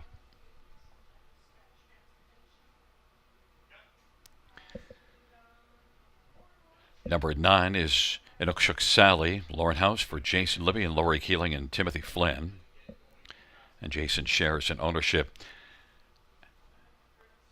And number 7 is just joining us. Where's My Phone? Travis Henry for Greg McNair. The owner is Ian Fleming and Greg shares in ownership. Field of 9 for race number 6. And Rob, right away, we've got to get to number 8, Bet on Bread. And look, I took a stand against this one, but it's nothing against the horse. 12 out of 12, though, in the top 2. But it's been off a while. But that qualifier suggests maybe I should have just looked at it closer. Well, I mean, listen, the qualifier is obviously, a good one. Winning effort over Come On Barney and Hawk and Flight, I can tell you, the horse that finished third in that qualifier already came back to be a winner at Dresden yesterday, was actually my value player at Dresden yesterday. I think paid almost $12 anyways. But Bet on Brits, a horse that's very fond of, did very nice things at the raceway in London. And you can see like her last victory there, she blew the field away by 9 lengths. That was in dollars at 25,000 life, and this isn't too far away from that. Now the problem is post 8 and off a significant amount of time, right? So I think we're gonna watch her today, and the effort might be so good in defeat that the price will be too low next time, or maybe we just try to get ahead of it and hope she get the job done this time out. And 5-1's a pretty good number I bet on Brit, but there's obstacles to overcome. Number 2, Quite Beachy, is one that, while the last 2 races, they're not impressive, but you go back 3 races ago, that is impressive. Yeah, and one where she was on the engine too, right, throughout much of that mile. So you look at those posts too at Mohawk Park. I mean, obviously a bigger surface there, but post 8, post 9, post 7, and even a 7 4 starts to go as well. So now you get down to the inside draw here, and you do have that tactical speed to work with. So I think we're going to see her get forwardly placed this evening. And Jay Harris is certainly one that likes to get them off the gate. So Quite Beachy is a horse that I thought would take significant support in here. Haven't seen it so far. 5-1 on the board, probably an overlay, and likely going to be in the mix throughout. And Quite Beachy has quite an excuse for giving up the lead late, because really had to work hard to get the lead. But look at number 4, Just a Mickey Moment, my top one. Now it's Brett McDonald, Richard Moreau, and the last race was okay, but it wasn't great. No, it wasn't. It wasn't great. I mean, I watched it back a couple of times. Came home in 31 seconds flat. Now, Raz and Jazz was, kind of unconscious for a couple of efforts here, right? Just in a league of her own, back-to-back efforts here at the River, and this was one of them where Just a Mickey Moment had to settle for a minor award in 4th to that rival. Probably, this race could go maybe in around that range tonight, 53 and change tonight. So she'll probably need to find a little more to get on the win end of it. But the price is right at 8-1. I mean, this is only 3rd start for Richard Moreau, right? So there's still room for this one to take another step forward. and maybe it's tonight. And again, definitely, I think less depth to this group this time around because even Seaglass was in that race last time. So I think just a Mickey Moment, not a bad price at 8-1. The one thing that does worry me, last start was June the 24th, so it's been out of the box a little bit of time. Number 7, Where's My Phone? This is one I've seen many good starts from. Last race wasn't great, but lots of form just before that. Yeah, last time wasn't great at all, and that's what my concern was with this one because I mean it was kind of a freight train two back. I mean, went to the lead, sat a 2-hole trip after that, and then just paced past Sabal Lila like she was standing still. And I have a lot of respect for that filly. So, but then didn't follow it up with a very good effort last time. So if we get that better version of Where's My Phone, then she's in with a big chance. But she needs to show more than her latest. And I threw Pink G on the bottom of my ticket just because of the 2 wins and not moving up, but really has looked good, Pink G. But it's a field of 9. Quiet Assurances, quite beachy, hot to pop and bubbly on the inside. Just a Mickey Moment and Pink G to the outside. Jules, Diamond Eyes, Where's My Phone? And Bet on Brett. And the second tier, Inukshuk Sally. It's a field of 9. It's race number 6, the Hump Race, on this Monday evening as we are gathered at the river. And the field for race number 6, gathering speed. They're at the start and they're off, and hot tub pop and bubbly. Where's My Phone? Quiet Assurances on the insides into the front 3. Then Quite Beachy 4th, and 5th on the inside at Nookshook Sally. Then Just a Mickey Moment. Pink G, Jules Diamond Eyes, and Bet on Bread is back trailing the field. Hot tub pop and bubbly is able to pop in and take the lead at 30-1.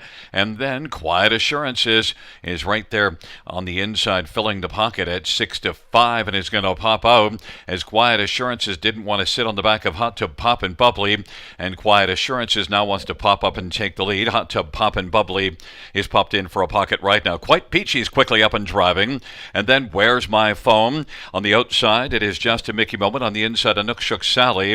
Then it is further back to Pink G and Jules Diamond Eyes, and Bet on Brit has a lot of work to do from a trailing spot. Into the backstretch up at 27-2 opening quarter.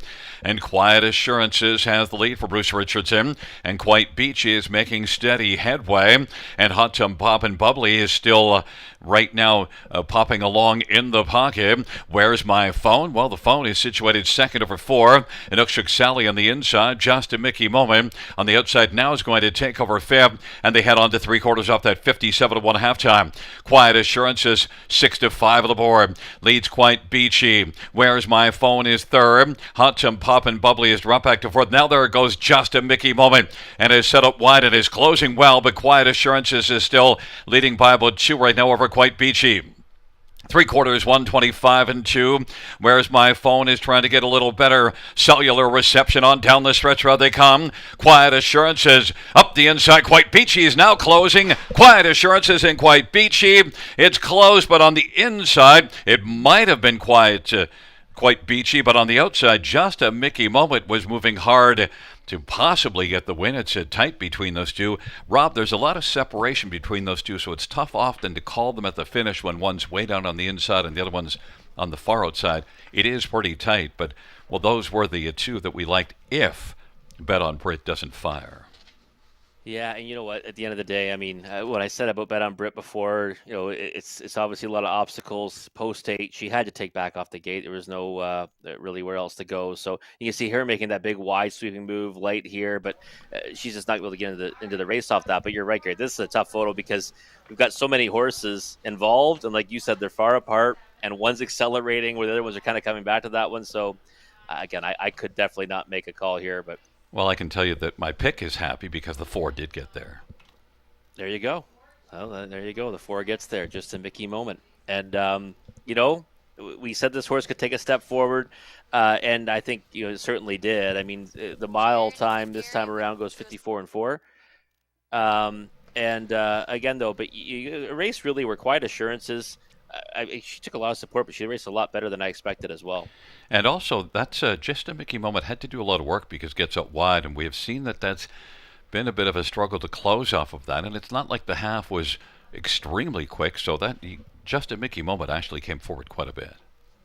Yeah, I'll be honest. On the turn for home, I thought it was maybe one of those ones where we kind of get excited about horses kind of making big moves, and Quiet Assurance just kind of keeps on marching, right? Because we know that we've seen horses be able to close here, but not really making those moves like that. And just a Mickey Moment was able to get there in the nick of time, obviously, and a decent price too of 5 to 1. I mean, 2 to 1 in the morning line. I knew that was too short, but 5 to 1 is a good value price on a horse's third start. Richard Moreau. That time between starts didn't scare me all that much because of the fact that there's more time for a top barn to do some tinkering.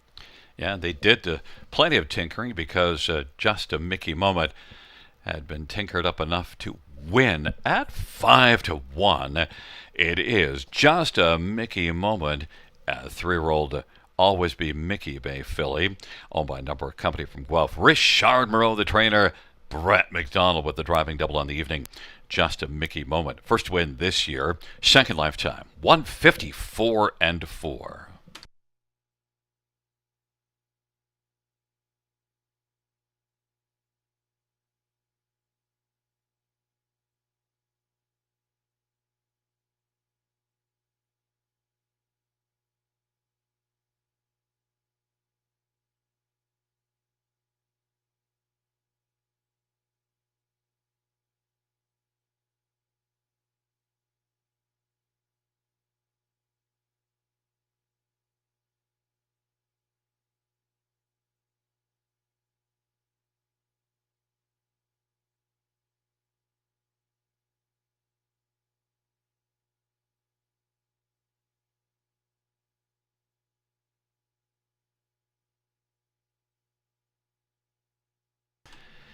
6th race payouts for just a Mickey Moment. 1220, 530, 340.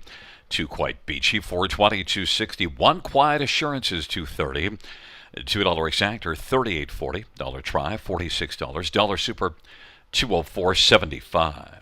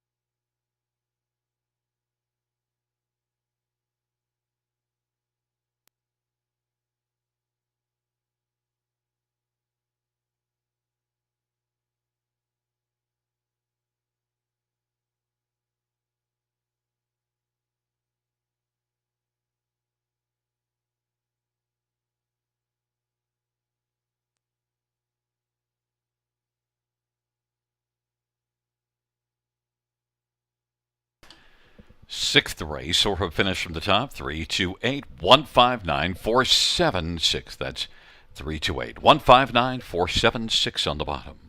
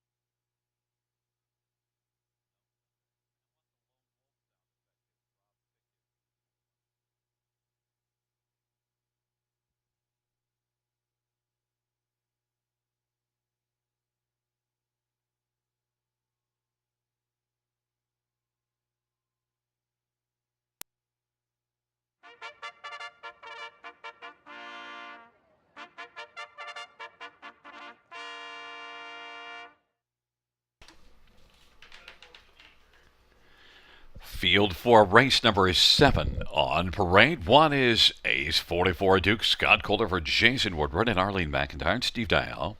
Jason shares in ownership.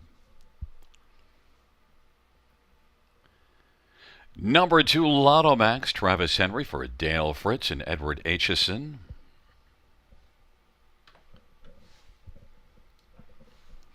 Number 3 is Tricky McWiggy, Brett Madonna for David Fry and Stewart and Patricia Bolander.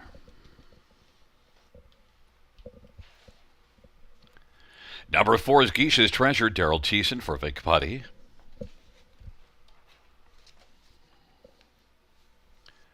And number 5, World Revival, Anthony Hunt for Meg Crone and Hunt Racing. Number 6, Jimmy Whispers, Jay Harris for Mike Wyatt Nioski and Annalena Leonardis.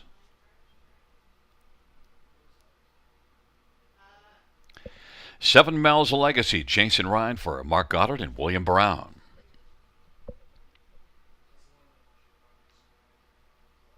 Eight is Sweet Alex, J.B. Bruno for Julie Walker and Overseas Farm and Karen Murphy. 9 is Lamborghini Lou, Paul McKenzie drives and trains for Miriam Brown, and Paul trains and shares in ownership as well. It's a field of 9, race number 7. Well, let's get a look at this field. And Rob, your top pick is one that none of the other cappers have used in the top 4, so you're kind of going alone with World Revival. Yeah, I was shocked to see that actually, Gary, that no one else has this horse anywhere in their top 4 at all, because of the fact that last time out, Prospect Series at Hiawatha, easiest kind of winner. Before that, I mean, I remember I liked his chances in at Mohawk Park when he made that break in stride as well. And if you take out that miscue, he's got 5 for 5 with top 2 finishes this season. So I think he looks good on the track right now. I love his chances tonight. I thought he'd be one that was kind of like a value player, and he is right now at 5-1. Well, I love that you're lone wolfing it on World Revival. 9 Lamborghini Lou is one that I could have easily gotten behind. It's only the trailer post that said to me, nah, maybe not. Yeah, trailer post makes it obviously more difficult, but I mean, what's he done wrong this season, right? He's got 11 top 2 finishes and 15 tries.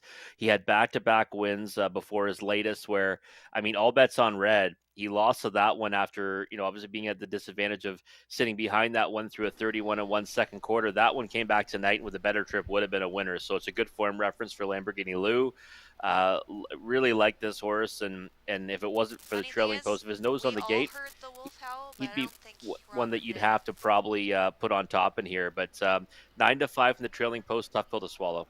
Well, Lotto Max is one that 2-1, I think is maybe slightly overbent, but you do see consistent speed racing on the bigger track. Yeah, I think that's one of the reasons, though, why he takes support, right, is people see those fast times at Mohawk Park. But they're following times, like in his most recent ones, right? 7th. I mean, again, the competition's pretty tough, though, right? Wallace Hartley was a winner in there, watching Sunset before that, and even Cedric Komodo. Now, the second beaten ahead, I thought he probably should have won that race. 15 cents the dollar on that occasion, getting beats. But the victory was very impressive. He had the 9-hole lifetime debut, kind of got lost in the mix on the inside before having to stick handle his way in the stretch. Came home in 26-3 for the victory. I just, I know OSS Grassroots start 3 starts ago, now gets down to the Prospect Series. Just not sure what the trip looks like for Lotto Max tonight, and thought if he might be the favorite, and I couldn't get behind him on top, but he's obviously a horse that's going to be in the mix. Well, the fans are disagreeing with us because I have Tricky McWicky and you have 5 World Revival, and yet the top 2 are the 2 and 9. But look, Tricky McWicky, you talk about quick times. That's a good time here last time out, and also it wasn't a following time; it was right in the hunt. Yeah, and that's the thing, too. I mean, look at the class he was in, too. Now there's a 3 here. Arts Alive's the winner. We saw that one come back to race well in that class on Friday night. And Tricky McWicky, horse that's hit the board, with frequency in his own right. 9 on the board finishes from 20 tries, and he's been going up against pretty difficult horses and the non-winners of 3, non-winners of 4 as of late, where a lot of horses in this race have not got that high at the top ladder, albeit his starts were on the deep track. But I think Tricky McWicky has a chance. I'm still excited for that. Well, Tricky McWicky is the one I opted to go to, sitting at 6-1. I love the price, and you get 5-1 on World Revival. We'll see how it unfolds, but taking up position, A's 44 Duke, Lotto Max, Tricky McWicky on the inside. In the center, Geisha's Treasure, World Revival, and to the outside, Jimmy Whispers, Mel's Legacy, and Sweet Alex. And the second tier, Lamborghini Lou.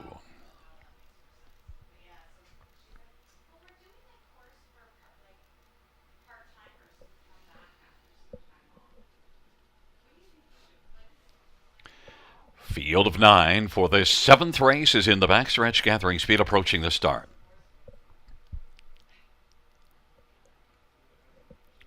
Field for the 7th race is in position.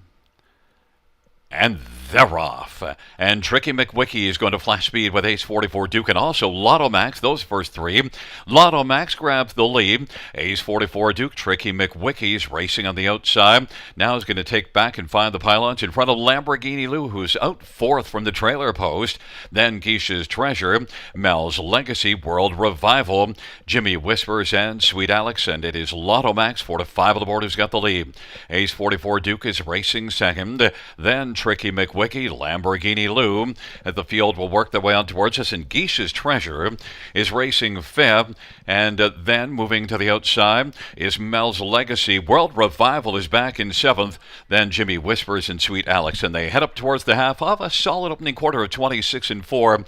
And Tricky McWicky is going to flash first over in pursuit of Lotto Max. On the inside is Ace 44 Duke, and Lamborghini Lewis well spotted second over on the back of Tricky McWicky. Geisha's Treasure is 5th, Mel's Legacy is 6th, and then Sweet Alex and World Revival has a lot of work to do. And Jimmy Whispers, it's Lotto Max, 4 to 5 on the board. Tricky McWicky 9 to 2 is trying to close that gap. Comes forward just a little bit, is still about a half length off the lead. Then Lamborghini Lou is looking dangerous on the outside, and Ace 44 Duke is still in the hunt on the inside. And then it is Geisha's Treasure 5th, and Mel's Legacy 6th. World Revival is still 7th. And then it is back to Sweet Alex and Jimmy Whispers in the field. Turns for home off 3/4, 124-4. Lotto Max, but Tricky McWicky now is trying to narrow the lead. Lotto Max, that lead is down to just about a nose, and now no lead at all as Tricky McWicky's on even terms with Lotto Max and Lamborghini Lou on the outside. Tricky McWicky and Lamborghini Lou is closing. Tricky McWicky needs the finish and finds it. On the outside was Lamborghini Lou, Lotto Max, and maybe Mel's Legacy. 153-3. Tricky McWicky, Roberts. Yeah, Tricky McWicky. I like what Brett McDonald did there too, right? He kind of just sat on the outside of Lotto Max and didn't, kind of go to war with him in the first over position until it mattered. And then forged past that pace setter who took a lot of support on the toe board and then was able to fend off a nice late charge from Lamborghini Lou, who tonight isn't able to use his usual front end tactics because of the fact he's got the trailing post. Instead, he's got to race off a helmet. And I thought raced pretty good, all things considered, just missing to Tricky McWicky. I'll tell you, at the top of the stretch, I was more worried about Lamborghini Lou than I was Lotto Max. Yeah, no, I agree with you on that, because you could see that, when he asked Tricky McWicky, he responded and almost right away got on even terms with Lotto Max. I thought the Lotto Max, again, like the times were obviously flashy in recent efforts on the big track, but I thought the support was a little too heavy on him.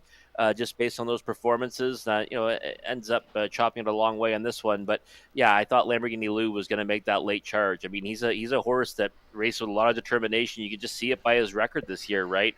It's another top 2 finish. He now has 12 out of 16 in the top 2. And I just thought the key in this race was the class that Tricky McWicky had been racing against, and that was a really good effort last time out against Arts Alive and Bet on Sunshine. Yeah, that's what we kind of talked about, right? Is the fact that out of all the horses in this race, he's the one who's kind of made it to the highest point for not winners a lifetime, right? Not winners of four at Georgian, and he's been holding his own at those levels. So it certainly showed tonight. While I'm bragging, I might as well mention that I picked Mel's Legacy for fourth. Wow, there you go. You're on fire now. I had it as a 3297, so I guess I shouldn't brag because I was wrong. Well, no, you should have this super. It's going to pay very well. Absolutely. Back in front of us is number 3, Tricky McWicky, a 3-year-old McWicked Bay gelding owned by Stuart and Patricia Bolander. David Fry is the trainer. Brett McDonald, third win on the evening. It's the third win this year. Tricky McWicky's third lifetime. 153 and 3, a new career mark.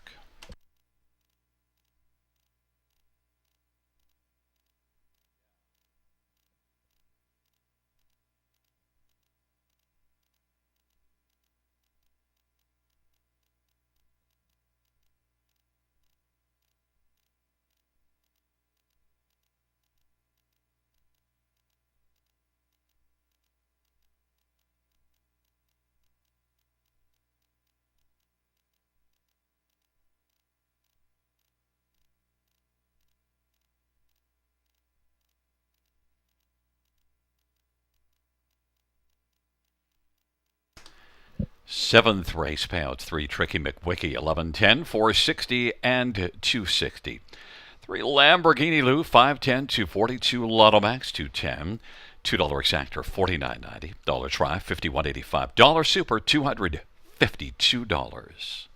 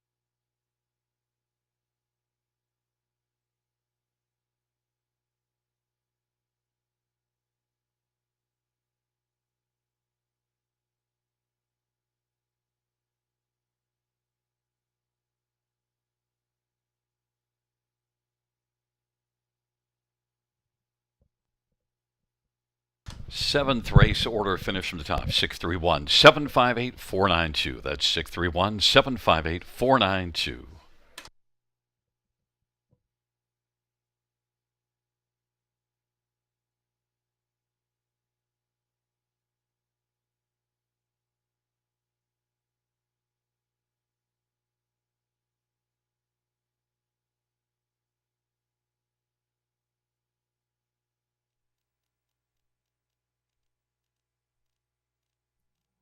Nice shot of the Alora sky, brought to you by our broadcast team here at Grand River Raceway. And with 11 dashes on the menu tonight, we're at race number 8. You know what that means? It's late pick for time. Low takeout is 15%. And if you're still trucking in that pick 5, couple of nice price horses to kick it off, right? It's not who wins, it's who you beat. Beat the favorites in those 2 legs, and healthy returns on both winners so far. Just a Mickey Moment and Tricky McWicky, both driven too by Brett McDonald. So off to a good start if you're live in that pick 5. But here we go. Start of the late pick 4 right here in race number 8. I'm going to single the 1 Major Hill. Just loving the class relief this one gets tonight. So I thought last time, didn't have like an abundance of, pace behind rivals closing in for 6. But I mean, how could he look like he had an abundance of pace when he came home as fast as he did? 26-4 last quarter, and the back half was 54-1. So I just think getting back to more palatable company, pole position to work from here at the river, it's been a real successful starting spot. Like, you're going to see him push out off the gate, and he might just prove to be too much for these. And I think he goes off as the favorite come post time. So just the 1 Major Hill for me here. In race number 8, the 5 and 6 in race number 9, that's Zippin' and Rippin' and DA Wicked Shine. Really like the chance of the 6 DA Wicked Shine getting back to back in against friends, and I think might provide some value in the tote board as well in that dash. Race number 10, the 3 and 6 Sportsline and Ideal Perception for me are the 2 I have to go to. Both coming out of that preferred 2 race last time out. I thought both turned in respectable efforts, and Sportsline gets his nose back on gate key for that one. An Ideal Perception will likely try to go back to getting away with the lead, or at worst a 2-hole, 3-hole. Meant he had to come first up last time. I think he probably gets a better journey this time out. Race 11, the 1, 4, 7, and 8 for yours truly. Willie or Woney, I think you've got to respect his chances getting on the rail, back on the rail, and also getting another chance at this level. Colin Kelly back in the bike too. So a lot of things going for that one. Race number 11, we'll cap it off there, and I'm going with the 1, 4, 7, and 8. $3.20 for a 20-cent wager, so pretty economical ticket. Let's see what Conley's got for us in this one here. Again, we're going to be going right from race 8 to the final race of the night. And he no singles for Conley, so he's kind of spreading out throughout in this sequence. 1, 5, 7 here, so I'm still in the 1 Major Hill. He's going 3 deep. Race 9, the 4 Mapo O'Reilly, and the 68 Wicked Shine. So we're kind of on the same page there. 3, 4, and 9 in race 10. Not using Ideal Perception, but I don't mind the additions of Harry G and Better Be Flying. Better Be Flying is one that might be a bit of a flyer in there at a decent number for the trailing post. And then 1, 2, and 9 in the finale for Conley. So he's got Willie Irwoni. He's got Bulldog, though, and Amigo Mio with that trailing post. So Conley not afraid to go to the trailing post there, both in race 10 and 11. $10.80 is the cost of his ticket. But you want to map out your winning wagers for this late pick 4 sequence. Again, starts right here in race 8. Low takeout's always 15%. And Gary and I will be back in just a few moments to take a closer look at the upcoming dash.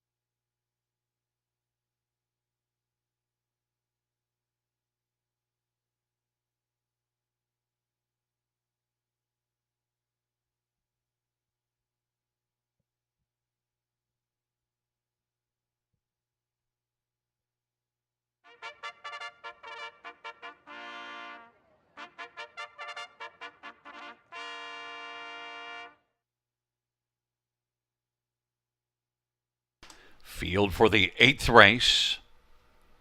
On the track for the post-raid 1, Major Hill. Sammy Fillion for Brett Lester and Francois Morin.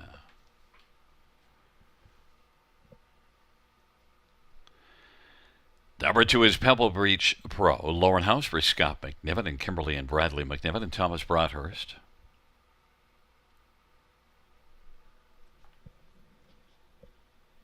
And number 3 is Ham Sandwich. Steve Houdon for Laura Toscani and Steve partners with Laura in ownership.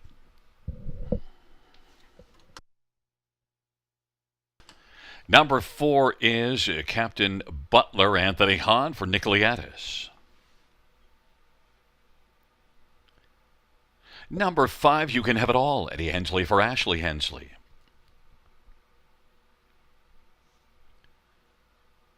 Number 6, Good and Sweet, Colin Keller for Kyle Bossens and Stephen Colvin.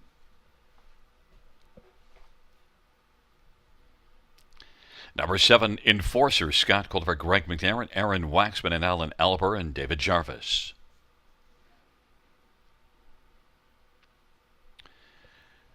Nine is J.J. Xavier, Brett Madonna for Gene Tourigny and Morel Incorporated. And 8 is Pink Floyd Hanover. It's Mike Whalen for Walter Whalen and Chris Nickel. Field of 9, race number 8. Let's get right to it with Major Hill, who's a co-favorite with Pink Floyd Hanover.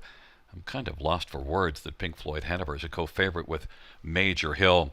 Inside post, Major Hill should have a major chance. I think so, Gary. I mean, it's just kind of a big time class relief for this horse. I mean, last time we saw him here at the River, it was in the top condition class. The winner was Thrilling Times. Second was Little Manny. And I thought he actually put forth a pretty solid effort to be third, just beat by more than 2 lengths. Since then, racing at Mohawk Park and against some pretty tough horses, right? Larry Carr, he ran them off their feet in 47-4. And he was Major Hill was 4th, and then He's a Control. Well, that's a pretty good horse for Lyle MacArthur. And then last time out, just no chance the way the race kind of developed. And nice score down right now from Sam Fillion. I think the intentions are pretty clear tonight with Major Hill.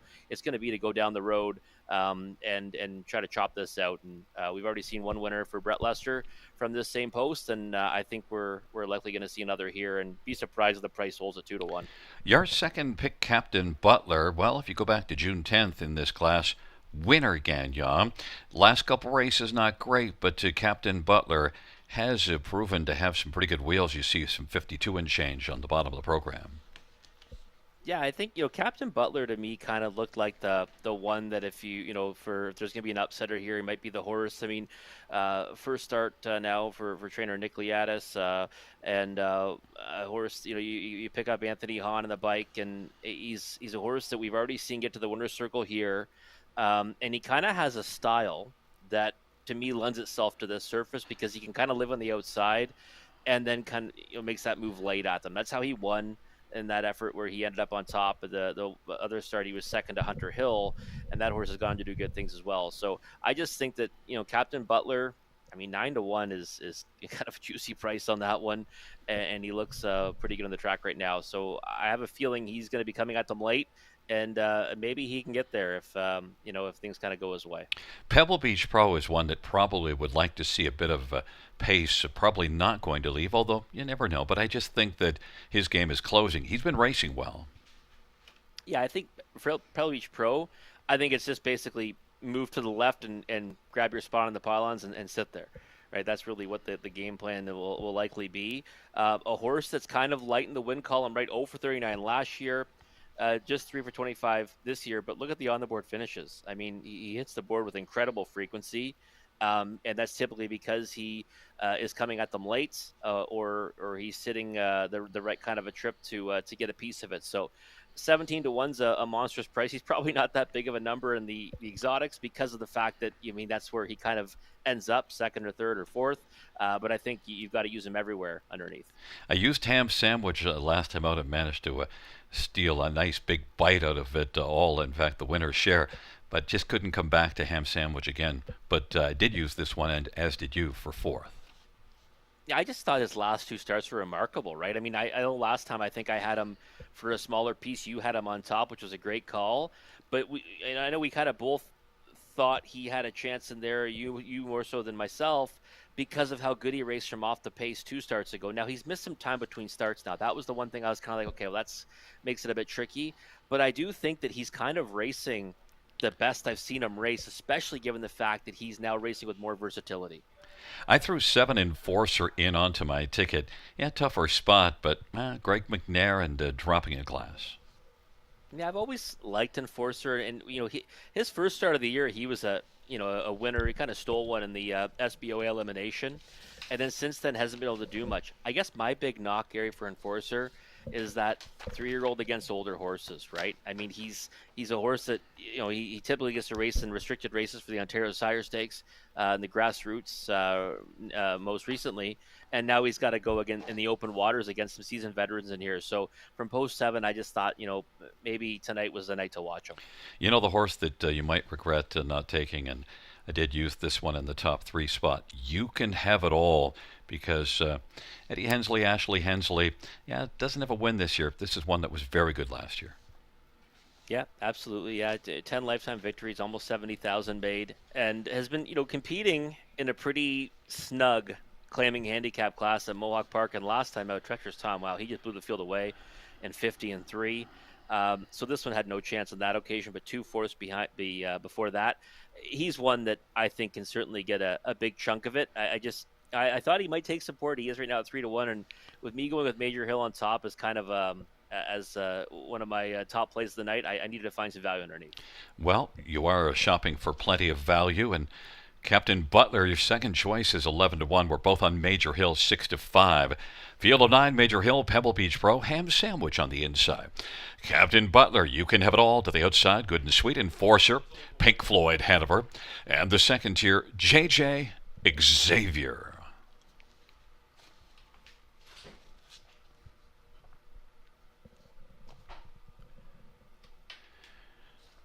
It is a field of 9 for the 8th race.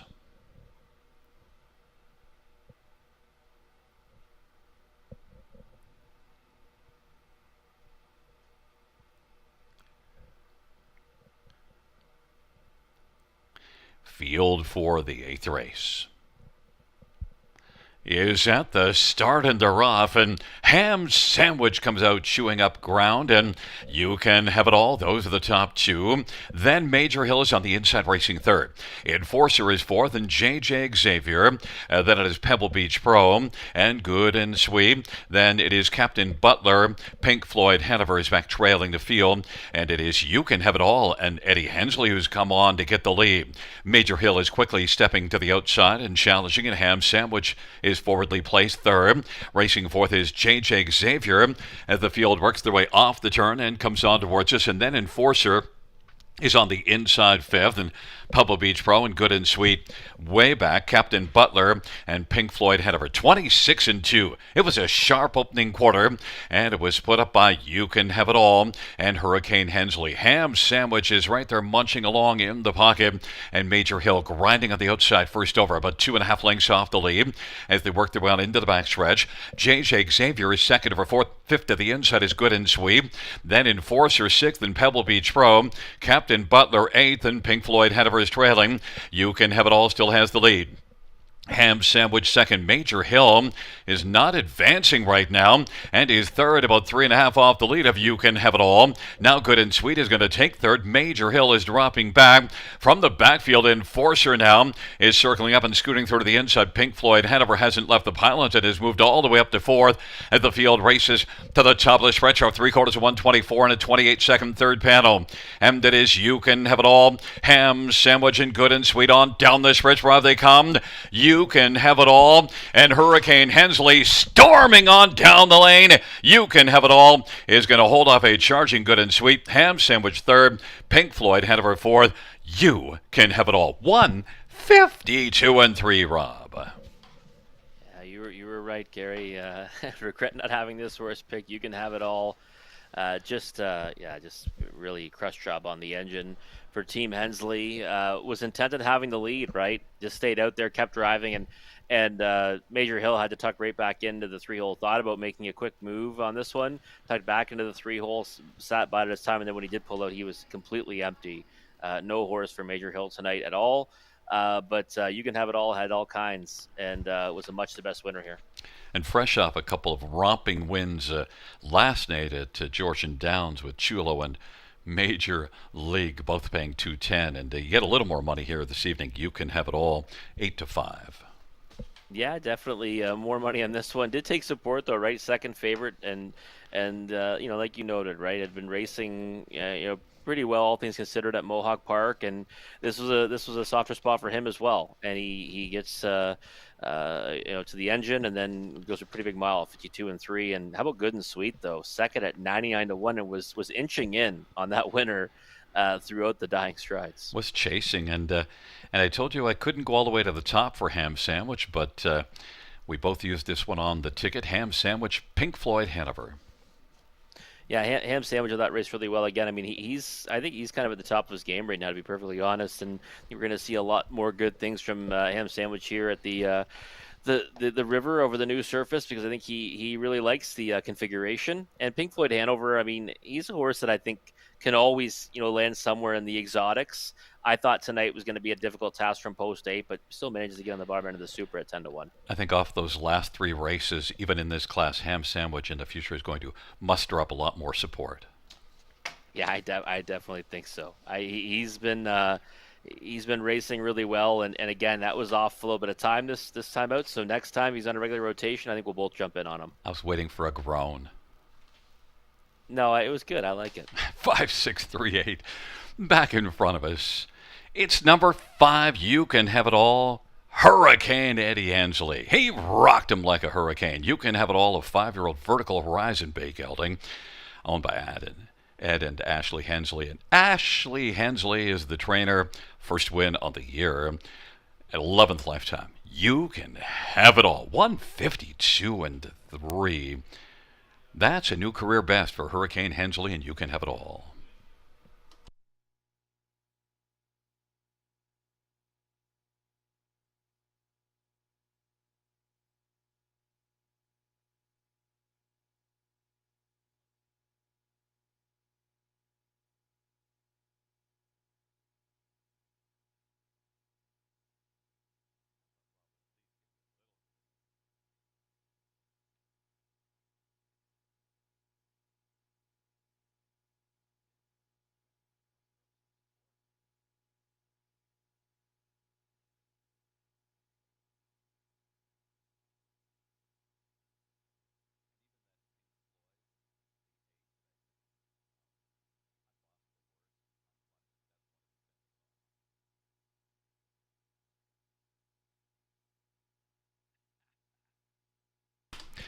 Eighth race payouts 5. You can have it all. 540, 370, and 390. 6 good and sweet. 50, 10.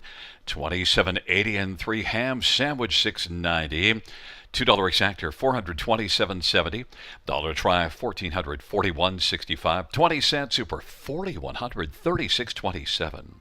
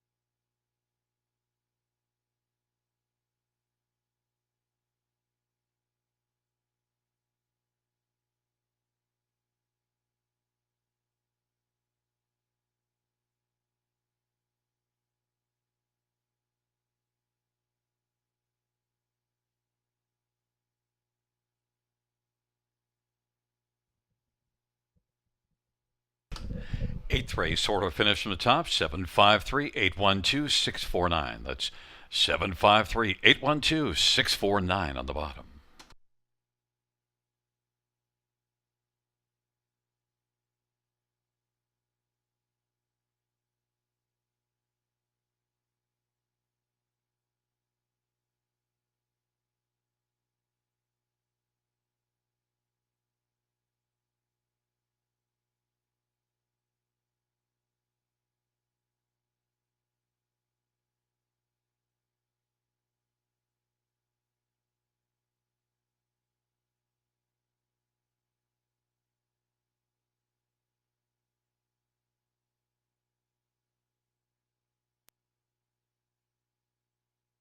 Hey kids, do you like to write stories or poems or draw pictures of horses? We're running 2 contests from now until August 31st with a total prize money of $3,500.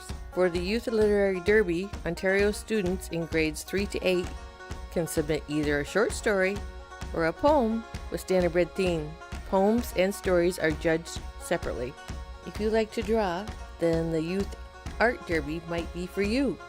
This one is open to students in grades 3 to 12, and you can do a drawing or a sketch of anything standardbred related. Check out our website for more inspiration and more information, bgracingalliance.ca.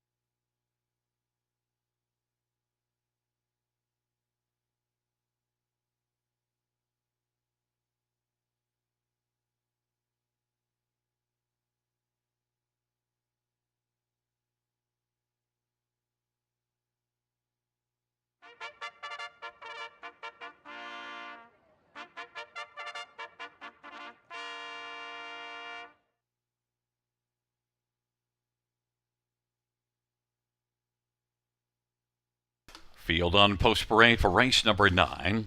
One is Rocket Freight Semi. Fill you out for Chantel Mitchell.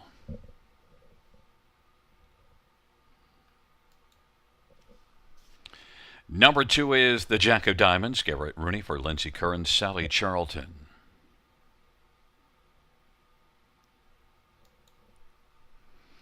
Number 3, Officer Cheese. Lauren House for Scott McNevin and Kimberly and Brad McNevin and Bradley Douglas.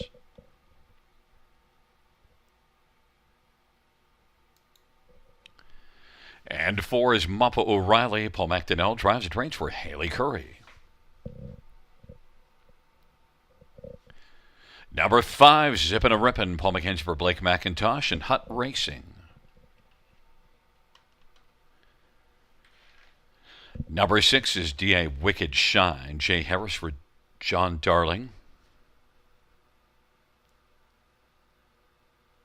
Number 7, BJ's Choice. Jason Ryan for Mark Goddard and William Brown.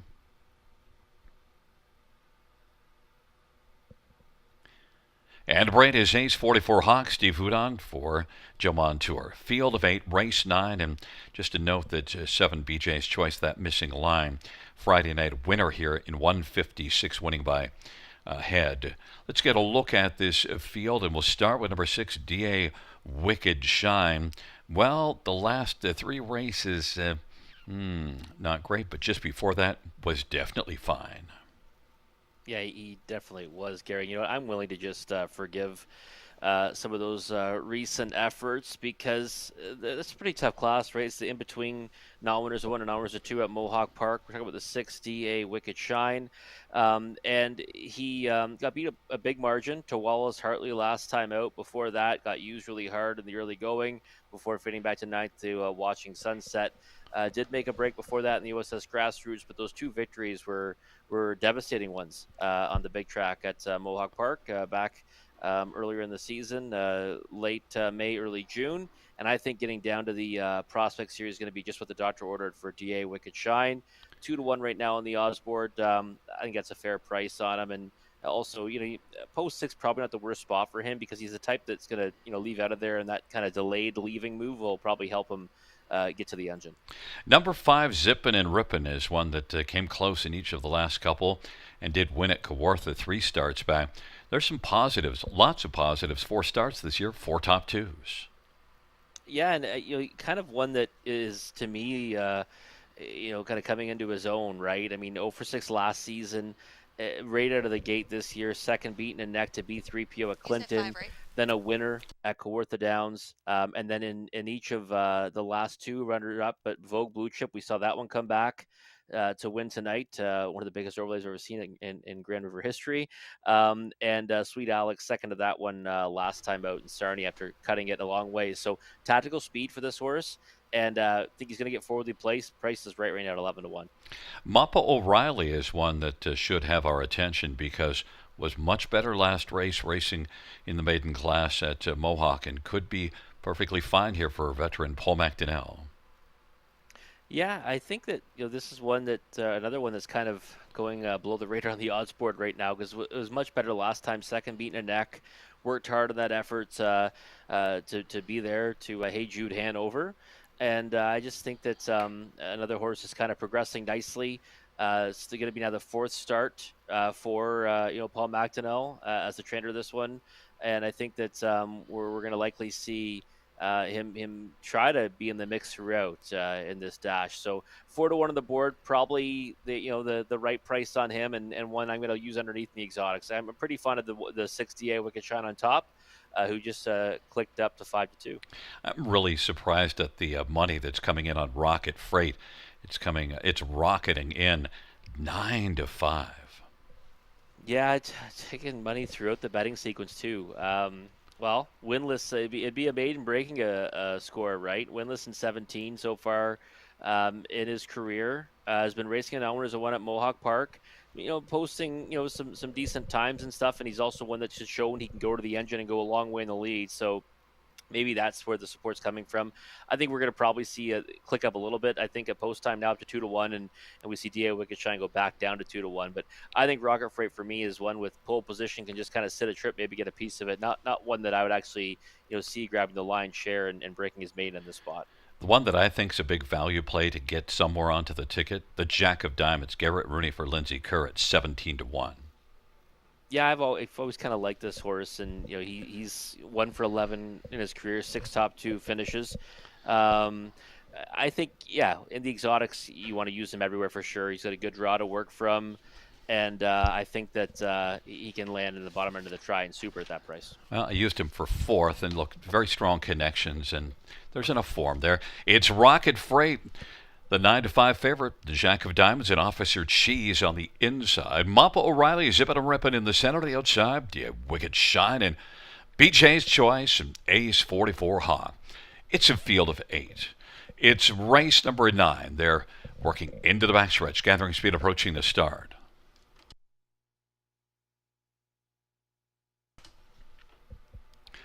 And the field for race number 9 is on the gate, and they're at the start, and they're off. And from the outside, it is D.A. Wicked Shine, also leaving is Mappa O'Reilly. Rocket Freight, Ace 44 Hawk is fourth away. The Jack of Diamonds fifth, and Officer Cheese is back there sixth, and then Zippin' and Rippin' and BJ's Choice is trailing the field. D.A. Wicked Shine, 7-5 on the board, has the lead over Rocket Freight, who's now 8-5, and that lead is about 2 lengths right now. Mappa O'Reilly, the Jack of Diamonds, and then racing fifth is Ace 44 Hawk in front of Zippin' and Rippin' as the field comes off the turn and rolls on towards us. Then further back we go. 2 on the outside. Now Zippin' and Rippin' moves out, and BJ's Choice is trailing the field 26 seconds the opening quarter. And right now, it is D.A. Wicked Shine shining on up to the half and leading by 3. Rocket Freight is second, Mappa O'Reilly third. The Jack of Diamonds fourth, and then Ace 44 Hawk is fifth. Officer Cheese on the inside, to the outside, Zippin' and Rippin' and BJ's Choice. But D.A. Wicked Shine, Wicked Fractions, and a half of 54-2, and leads comfortably. In front by 4, Rocket Freight is second, Mappa O'Reilly third. The Jack of Diamonds is fourth, and now from the backfield, BJ's Choice is starting to kick into gear. Ace 44 Hawk on the inside, then Zippin' and Rippin' and Officer Cheese, but as they get by 3/4, D.A. Wicked Shine is still going well. 123-1. Mappa O'Reilly, though, is closing ground, and D.A. Wicked Shine is now starting to get some serious urging, and now moving up on the outside, Mappa O'Reilly. Rocket Freight is racing third, and BJ's Choice is kicked into gear late. On down the stretch wherever they come. Mappa O'Reilly and D.A. Wicked Shine. Mappa O'Reilly and Paul McDonnell easily rolls on by as D.A. Wicked Shine did some wicked work early in this one. Rocket Freight third. BJ's Choice closed to finish fourth. A mile of 1:53. Mappa O'Reilly, Rob. Yeah, Mappa O'Reilly gets the job done for Hall of Famer Paul McDonnell. And, listen, kind of just, got away in the 3-hole there and was biding their time until going on the attack on a horse that by all right had to come back to them a little bit, right? D.A. Wicked Shine, I thought, raced pretty well, all things considered. I mean, he's a horse that I think you've got to just kind of let him roll, right? Off the gates, and that's what Jay did, and he didn't really try to throttle him down at all, just try to bottom them out. And I was pretty happy with that backing him. It's just he couldn't hold off Mappa O'Reilly late. He certainly got a pretty clear margin on the rest of them, but there was no holding off the winner and Paul McDonnell. And Rocket Freight third, and fourth was BJ's Choice, who is one that came closing last time out as well, and was able to come on and actually score the win, but this time just to pick up a small share. But Mappa O'Reilly, it's set up beautifully for Paul McDonnell. Yeah, it really did. I mean, the thing is, too, obviously the horse raced very well. I mean, he paced away from them 53 flat. I mean, take nothing away from the horse at all, but the drive was perfect because, you just kind of waited out on a horse that's out there, gutting fractions, right?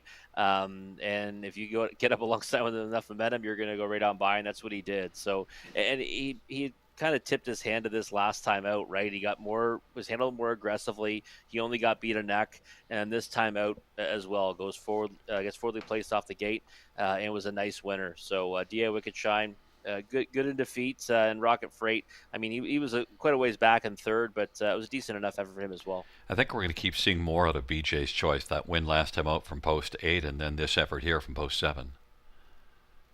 I think so. I mean, he's a horse. He finally got a taste of victory last time, right? So I think he's a horse that he's very useful, and he can kind of be easy on himself too, because he's one that kind of closes into the late.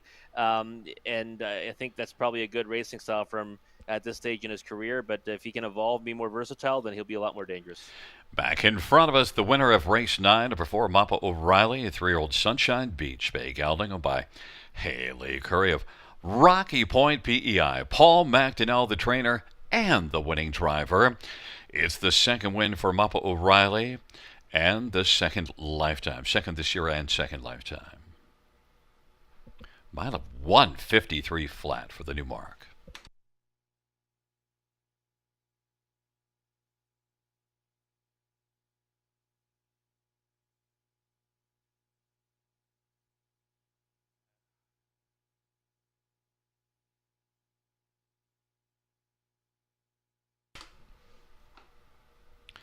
Ninth race payout for Mappa O'Reilly, $780, $4 $230. 68 Wicked Shine, $330 and $310. 1 Rocket Freight, $210. $2 Exactor, $31. Dollar Try, $23.55. Dollar Super, $93.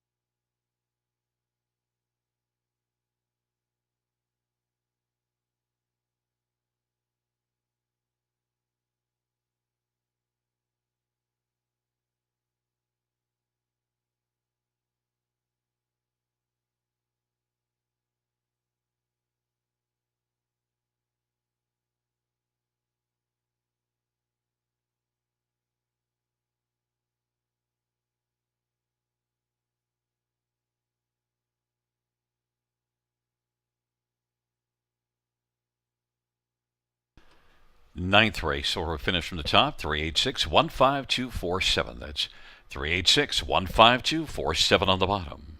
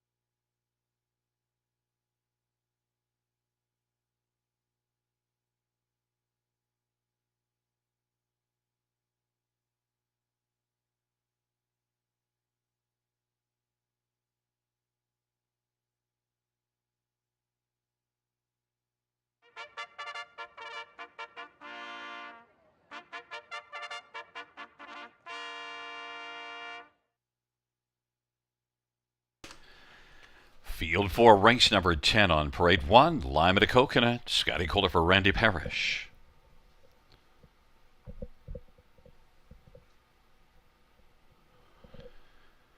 Number 2, Drinkin' Buddy, Jason Ride for Heather Pickett and Rick Pickett. Number 3 is Sportsline, Jay Harris for Patrick Bissett and Craig Perot. And 4 is Harry G, Brett McDonough, Duncan Gillis, and Christina Safdie. 5 is Doc's Philly Cheese, Garrett Rooney for Brittany Kennedy and Money Clip Racing.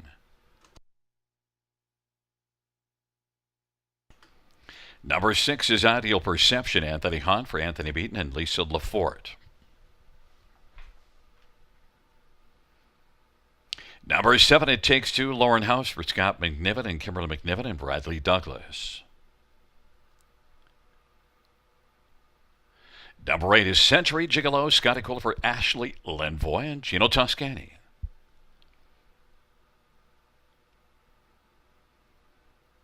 And 9 is Better Be Flying, Travis Henry for Dale Fritz and Randy Hyatt and William Wyatt, Robin Ferrier. Field of 9, race 10, an excellent field. And Rob, you might be getting tired trying to figure out which week I'm taking Ideal Perception and which week I'm not. Last time out, went to Boston Bound and beat Ideal Perception. But now I come to Ideal Perception and you go off and go to Sportsline. Yeah, I went to Sportsline this time just because, you know what, kind of an angle that I really like, Gary, on the 3 Sportsline here, and that is Trilling Post, now nose back on gate. And I thought it was a couple of real nice efforts here at the River to be third after a real strong win over at Clinton Raceway in his first start back after a long layoff. So I think that you look at this in here, and I figured the prices would be the 2 favorites, Sportsline and Ideal Perception. I think we still end up there come post time, and I'm willing to go with give the edge of Sportsline this time out, just because, like I said, nose back on gate and might work out the either chop it out or work out a 2-hole trip. Well, and the logic to go against Ideal Perception that I used last week is what probably is the right perception again, is that he might not be able to get the trip that he wants. He didn't last time out, and the Sportsline has the post for it. Yeah, he does. But this time around, I think Ideal Perception obviously has a better chance of getting to the engine. He doesn't have, Boston Bound snap speed off the gate.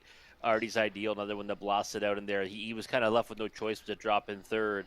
I think this time around we're going to see him continue on either for the front or at worst at a 2-hole trip to one like Sportsline, and I just think those are the 2 that should control it throughout. So Ideal Perception, 7-2 on the board right now, and I think that's really the value in the race. That is some nice value on one that, is our track record holder in 150-4. Number 7, It Takes Two, did take down third place finish last time out, and is one that is back in the same class. And look, this will be the 3rd consecutive start from post 7.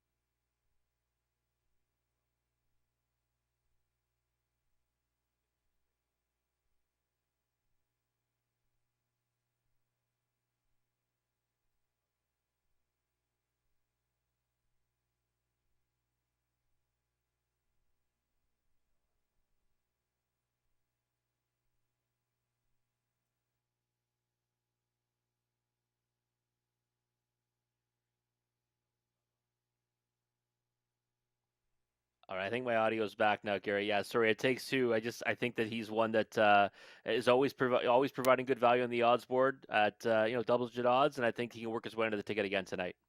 Well, I thought maybe you got mad that I didn't like your top pick and just said to heck with him. No. I'm just going to go downstairs. 5, Doc's Philly Cheese is one that I used for 3rd. You used for 4th. What a start at Dresden last time out. Oh, it was monstrous. It was one of those ones too where much needed, right? Kind of confidence I don't know booster. what happened. Everything was good on my end, and all of a sudden it came back. blew the field away right last time out, and I think that obviously this is now a big step back up in classification, but can be more than competitive against this group. There's no doubt about that, and I think we'll likely see him make a good account of himself. He was a favorite through much of the betting. I think that's kind of an overreaction to that effort, but I do think he'll land somewhere in the exotics. Well, right now, Sportsline is sitting at 2-1, and Ideal Perception at 5-2. We thought those are the top two, but Doc's Philly Cheese is getting a lot of love, Robert. 5-2. We'll see how this unfolds. It is a field of 8 with a lime and a coconut and drinking buddy on the inside. And in the center, Sportsline, Harry Cheap, Doc's Philly Cheese to the outside. Ideal Perception, it takes 2 in the second tier. Better Be Flying. It's a field of 8 for race number 10.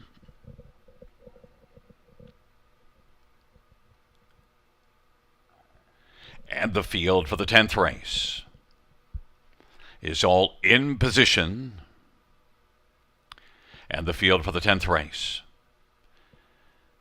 is at the start of the rough, and Ideal Perception and Doc's Philly Cheese, and also getting out his Sportsline. Those are the first 3. Then it is Drinkin' Buddy and Harry G, Lime to Coconut, then Better Be Flying, and it takes 2. Sportsline has the lead. Sportsline, Ideal Perception is still parked as they race on around the turn, and Doc's Philly Cheese is racing positioned. Now is going to be second as Ideal Perception is going to take back and try to find a seat on the inside, and has found that seat third as they race their way towards us. 25-3 Sportsline, and Jay Harris said, I want the lead, and he's got it. Sportsline is on top. And then racing second is Doc's Philly Cheese, and Ideal Perception took back and found a seat, and Drinking Buddies on the inside is racing position fourth, and then it is Harry G on the inside, Lime to Coconut, and then it is back further to as they race their way onto the backstretch. Better Be Flying, and it takes 2. On down the backstretch they go, and it is Sportsline 6-5 on the board. Doc's Philly Cheese, Drinkin' Buddy's going to move on the outside, and Ideal Perception elected to stay down on the inside. And then it was Harry G and Lime and Coconut, and then Better Be Flying, and it takes 2. 3/4 is up as they raced off that half of 54-2, and Sportsline is still leading well and has a lead of a couple of lengths. And Doc's Philly Cheese and Ideal Perception off 3/4 of 122-3 has now got some room, but is going to have to move it. It's Doc's Philly Cheese in pursuit of Sportsline, and Ideal Perception as they turn for home, and Lime to Coconut on the inside. Sportsline on down the stretch where they come. Doc's Philly Cheese and Ideal Perception on the outside. Doc's Philly Cheese and Ideal Perception. Ideal Perception is able to come on by and win it. Doc's Philly Cheese is second, Sportsline third, and Lime to Coconut 151-1. Ideal Perception. Well, that race was interesting early when we get that 25-3 opening quarter, and it looked like just enough Sportsline got softened up, and Ideal Perception comes by, Rob. Yeah, Robert off angle, in full effect here. Ideal Perception, a horse that I love to get behind too. Go off him tonight, and you know what? That's probably like Plan C or Plan D for Ideal Perception. I don't think, if you're backing him or if you own him, you don't want to see him get away in the 3 hole. I don't think that was the game plan, just the way it kind of played out. And then he's just good enough to get past him in the stretch. Really, it's a rock solid effort. He got used hard in the early going. He lands the 3 hole and rolls out off cover in the lane and just gets past them. I could see it on the turn. He was a winner because he was kind of just chomping at the helmet of Garrett Rooney on Doc's Philly Cheese. But good effort from that one too. Took all kinds of money. Doc's Philly Cheese was intent on having that no worse than a pocket trip, and raced fantastic in defeat. Yeah, absolutely. It was a very interesting dash, and well, I love to get off and on at the right time, and that is the key, and got onto Ideal Perception, one that you will probably take more often than I do and get rewarded very many times. But you also get rewarded by the trip here. That's really the big key. Yeah, and listen, he loves it here, right at the river. I mean, old surface, new surface, any surface in Elora, he likes it.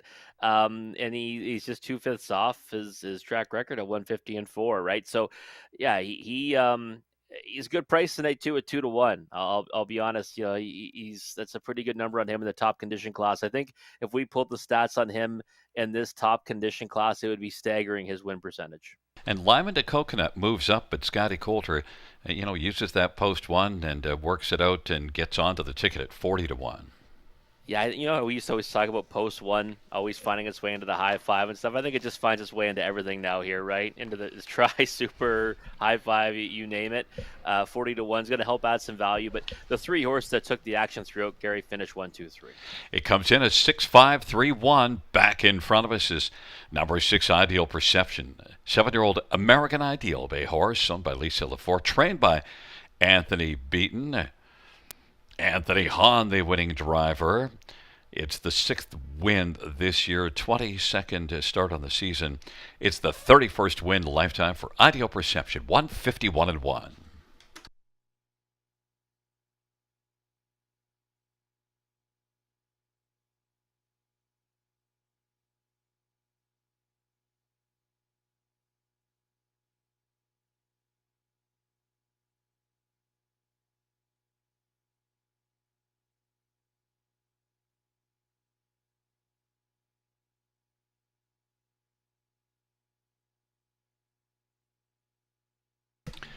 Tenth race payout, 6 Ideal Perception, 650, 360, and 275. Dogs Philly Cheese, 360, 250, and 3 Sportsline, 250.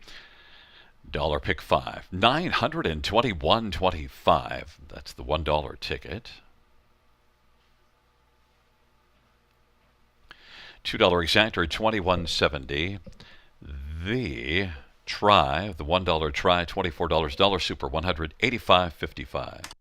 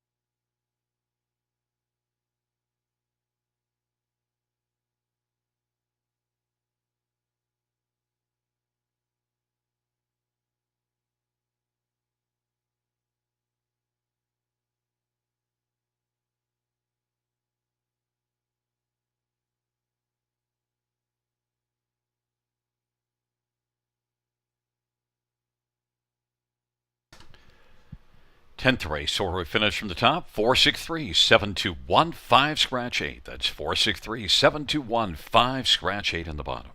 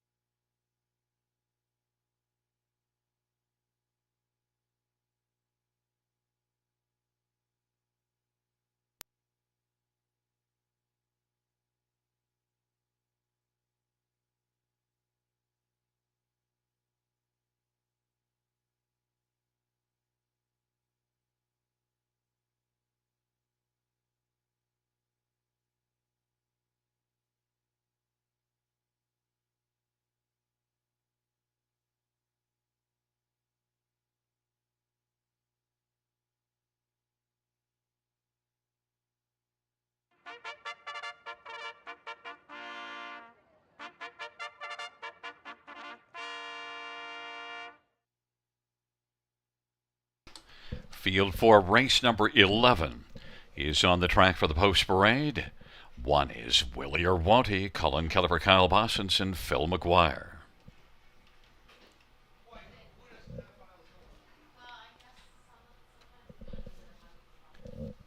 Number 2 is Bulldog, Anthony Hahn for Paul Meekins and Saltwater Stable.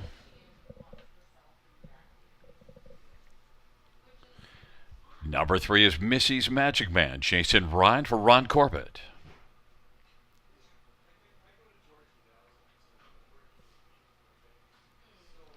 Number 4 is Victor Invictus, Brian McDonough for Jerry Dufresne and Holdstretch Holdings and Lloyd and Barbara Tiley. 5 is Handsome Hank, Jay Harris for Caitlin Graham. Number 6, T. Woodley, Sammy Filia for Joe Squires and Triple S Equine.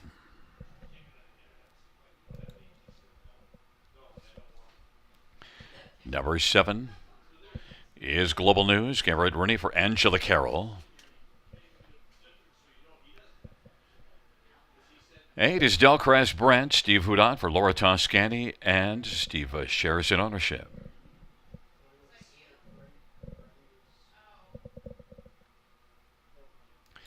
And 9 is Amigo Mio, Travis Henry for Mary Ratchford and Wayne and Philip Toussaint. Field of 9 for race number 11. Let's get a look at this field. And, well, on the inside, the question is, will he or won't he? And you've decided the answer to that is yes. Did go all the way on top here 3 races ago when last racing down in class. Now, that was a little bit above this one, but still down from where he raced the last 2. Yeah, it's definitely an easier spot than his last couple. The one Willie or Woney here, that victory 3 starts ago obviously gets softer, but was from the pole position and went out to the lead, and it was just proved too much to them in 55-1. And I think we're going to see something similar tonight. I mean, he's 11 years old now, Gary. This could be his 5th start back. Still looking pretty big and muscular out there, Willie Irwoni. He's a 52-time winner and almost $500,000 in the bank. And I mean, I don't think he was off a 6-1 here. I can't imagine it, because this certainly looks more like his people in this class here at the River. And I think can go forward, off the gate and maybe control this throughout, or at worst, sit a 2-hole trip. Number 7, Global News, last year had 7 wins and has 4 this year, but I guess you could say she wasn't racing with her people last time out, but now gets to drop and could be dangerous. I think so. I mean, this is a horse I was very fond of at the Raceway in London. For that victory you see there, May 14th, was all over on that occasion. Wish I was on her when she paid 16-1 2 starts later. I just think she's a horse that's been racing really well. Obviously, last 2 here and against some pretty tough company, right? Top condition trotting class, closed to be 4th. Last time out preferred ranks. I mean, any one of those horses would be more than happy to back in here. So I like her chances for a big piece of it here. 17-1 on the board. That's a monstrous number on a horse that I think is in against a group that's within her reach, but the trip scenario might be the problem. Well, and I'm not proud. The one that I went to on top is 6-5 on the board, so I like the prices that you have. But I just thought maybe Victor Invictus could really drop down into this class. This is one that earned $80,000 last year and has credibility. He definitely does. I mean, the thing about Victor Invictus is he's always kind of been a camera shy at times, right? I mean, 1 for 11 this year, 4 for 46 last year. He kind of wins at that 10% clip or so. He's 11 for 143 lifetime. Hits the board with all kinds of frequency. I mean, he's a horse that's never really out of it, always in the mix. And to me, right now, 6-5. So it's tough. It's a tough pill to swallow on the win ticket. But I think he's going to get a big piece of it, no matter what, with any kind of reasonable trip. Yeah, and look, also number 8, Delcrest Brent is one that you threw onto the ticket. So not just Global News on the outside, but Delcrest Brent. This is one that did race well last time at Mohawk. Problem is that last time was June the 24th. A little bit of time. Yeah, a little bit of time between starts, but I've seen this barn, race just fine in those situations. So the 8 holes obviously a bit tricky, but it's had a lot more success in the trot than it's had on the pace. So there's that. And of course, if you look at who he's been racing against, Tamil Riggs, Bravo, Marvin Hagler, Stevie Kelly, any one of those horses would probably take a lot of support in this race. And I think that he's a versatile type. He can, kind of get somewhat forwardly placed. He can also race from way out of it. So 5-1 might be a bit short, but he can definitely throw his hat into the ring. You used two Bulldog on the bottom of your ticket, and I threw actually Handsome Hank in for third, so I'm interested to see how that unfolds. Handsome Hank is sitting at a bit of a price in here, and 10-1, Rob. It's a field of 9 for race number 11. They're moving on into the backstretch, approaching the start.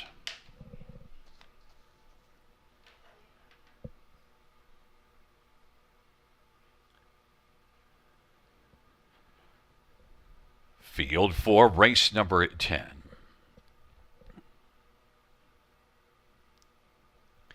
He is at the start of the rough and leaving out quickest of all as they race their way on into the backstretch is It Takes Two.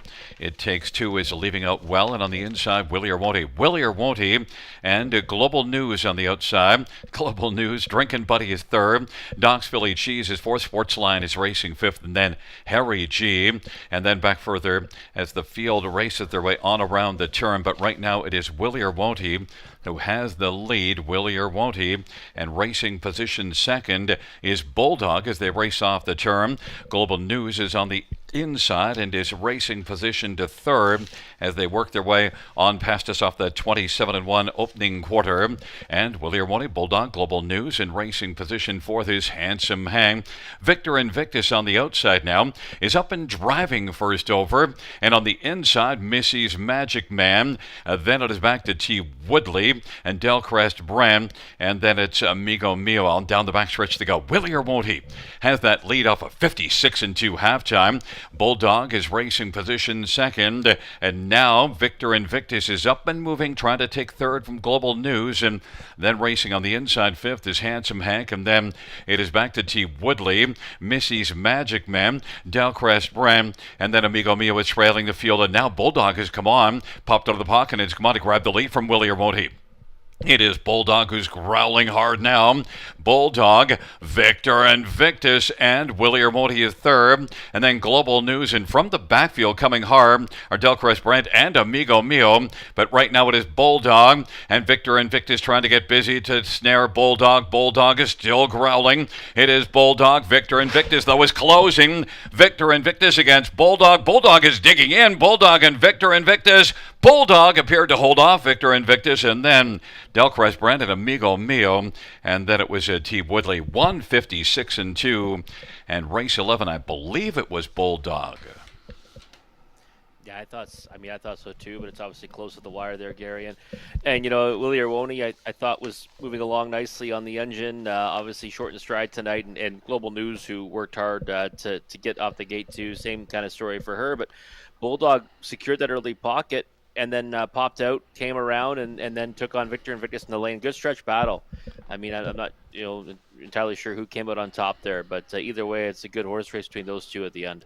And by the way, in case somebody is watching, I really messed up the call early, and it's proof that I'm only a 10 race announcer.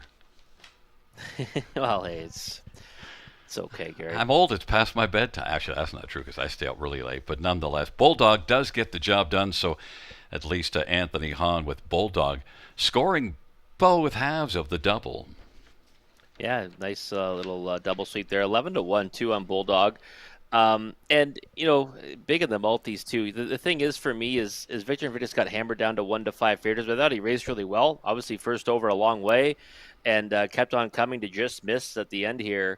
But he's a horse that has been camera shy right throughout his career. I mean, he hits the board all the time. But getting to the last bit of it sometimes is tough on him. That's why I was surprised he got hammered down to 1-5. And those who jumped in on Bulldog got some serious value at 11-1. And at least I bailed myself out from messing up the early part of the race by calling the finish right. Bulldog, Victor Invictus. But you threw in Delcrest Brent. Well, we both threw that one in from the outside. And you also get Amigo Mio and T. Woodley, 99-1. Yeah, listen. This is another nice high five. We thought the first one was going to carry over though, and someone somehow had that ticket. So I'm sure someone has this one too. Favorite running second, but they're surrounded by big numbers again. I was positive that it was going to be a carryover. I saw no way anybody'd have that.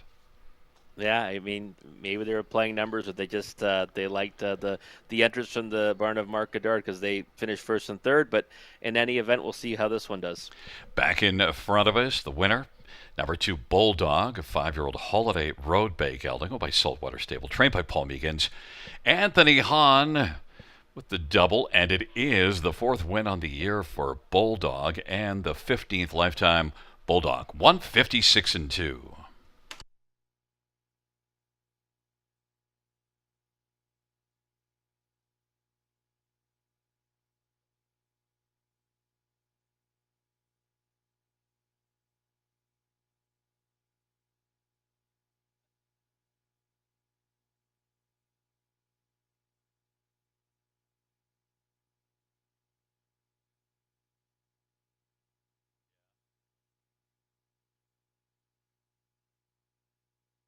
Vance, the inquiry sign is going to go up pertaining to the break-in stride of 9 Amigo Mio after the start.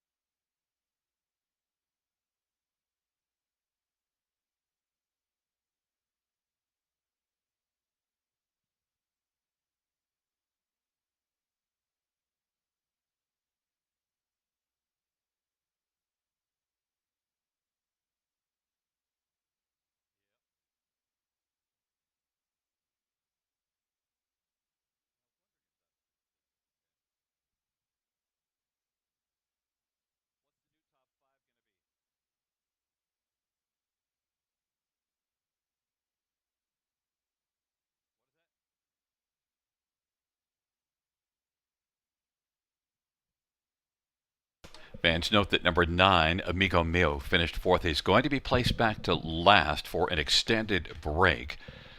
That is 9 Amigo Mio placed back to last. The new top 5 will be 2, 4, 8, 6, 7 on the bottom. That is 24867.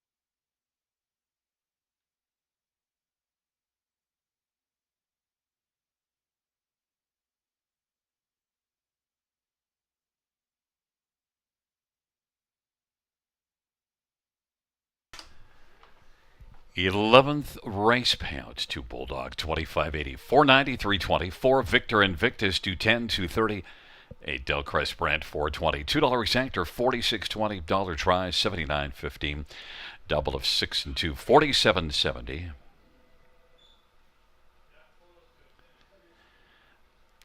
The $1 pick 3 130.40. Dollar pick 4 is 687.70. 20-cent high 5 2410.69.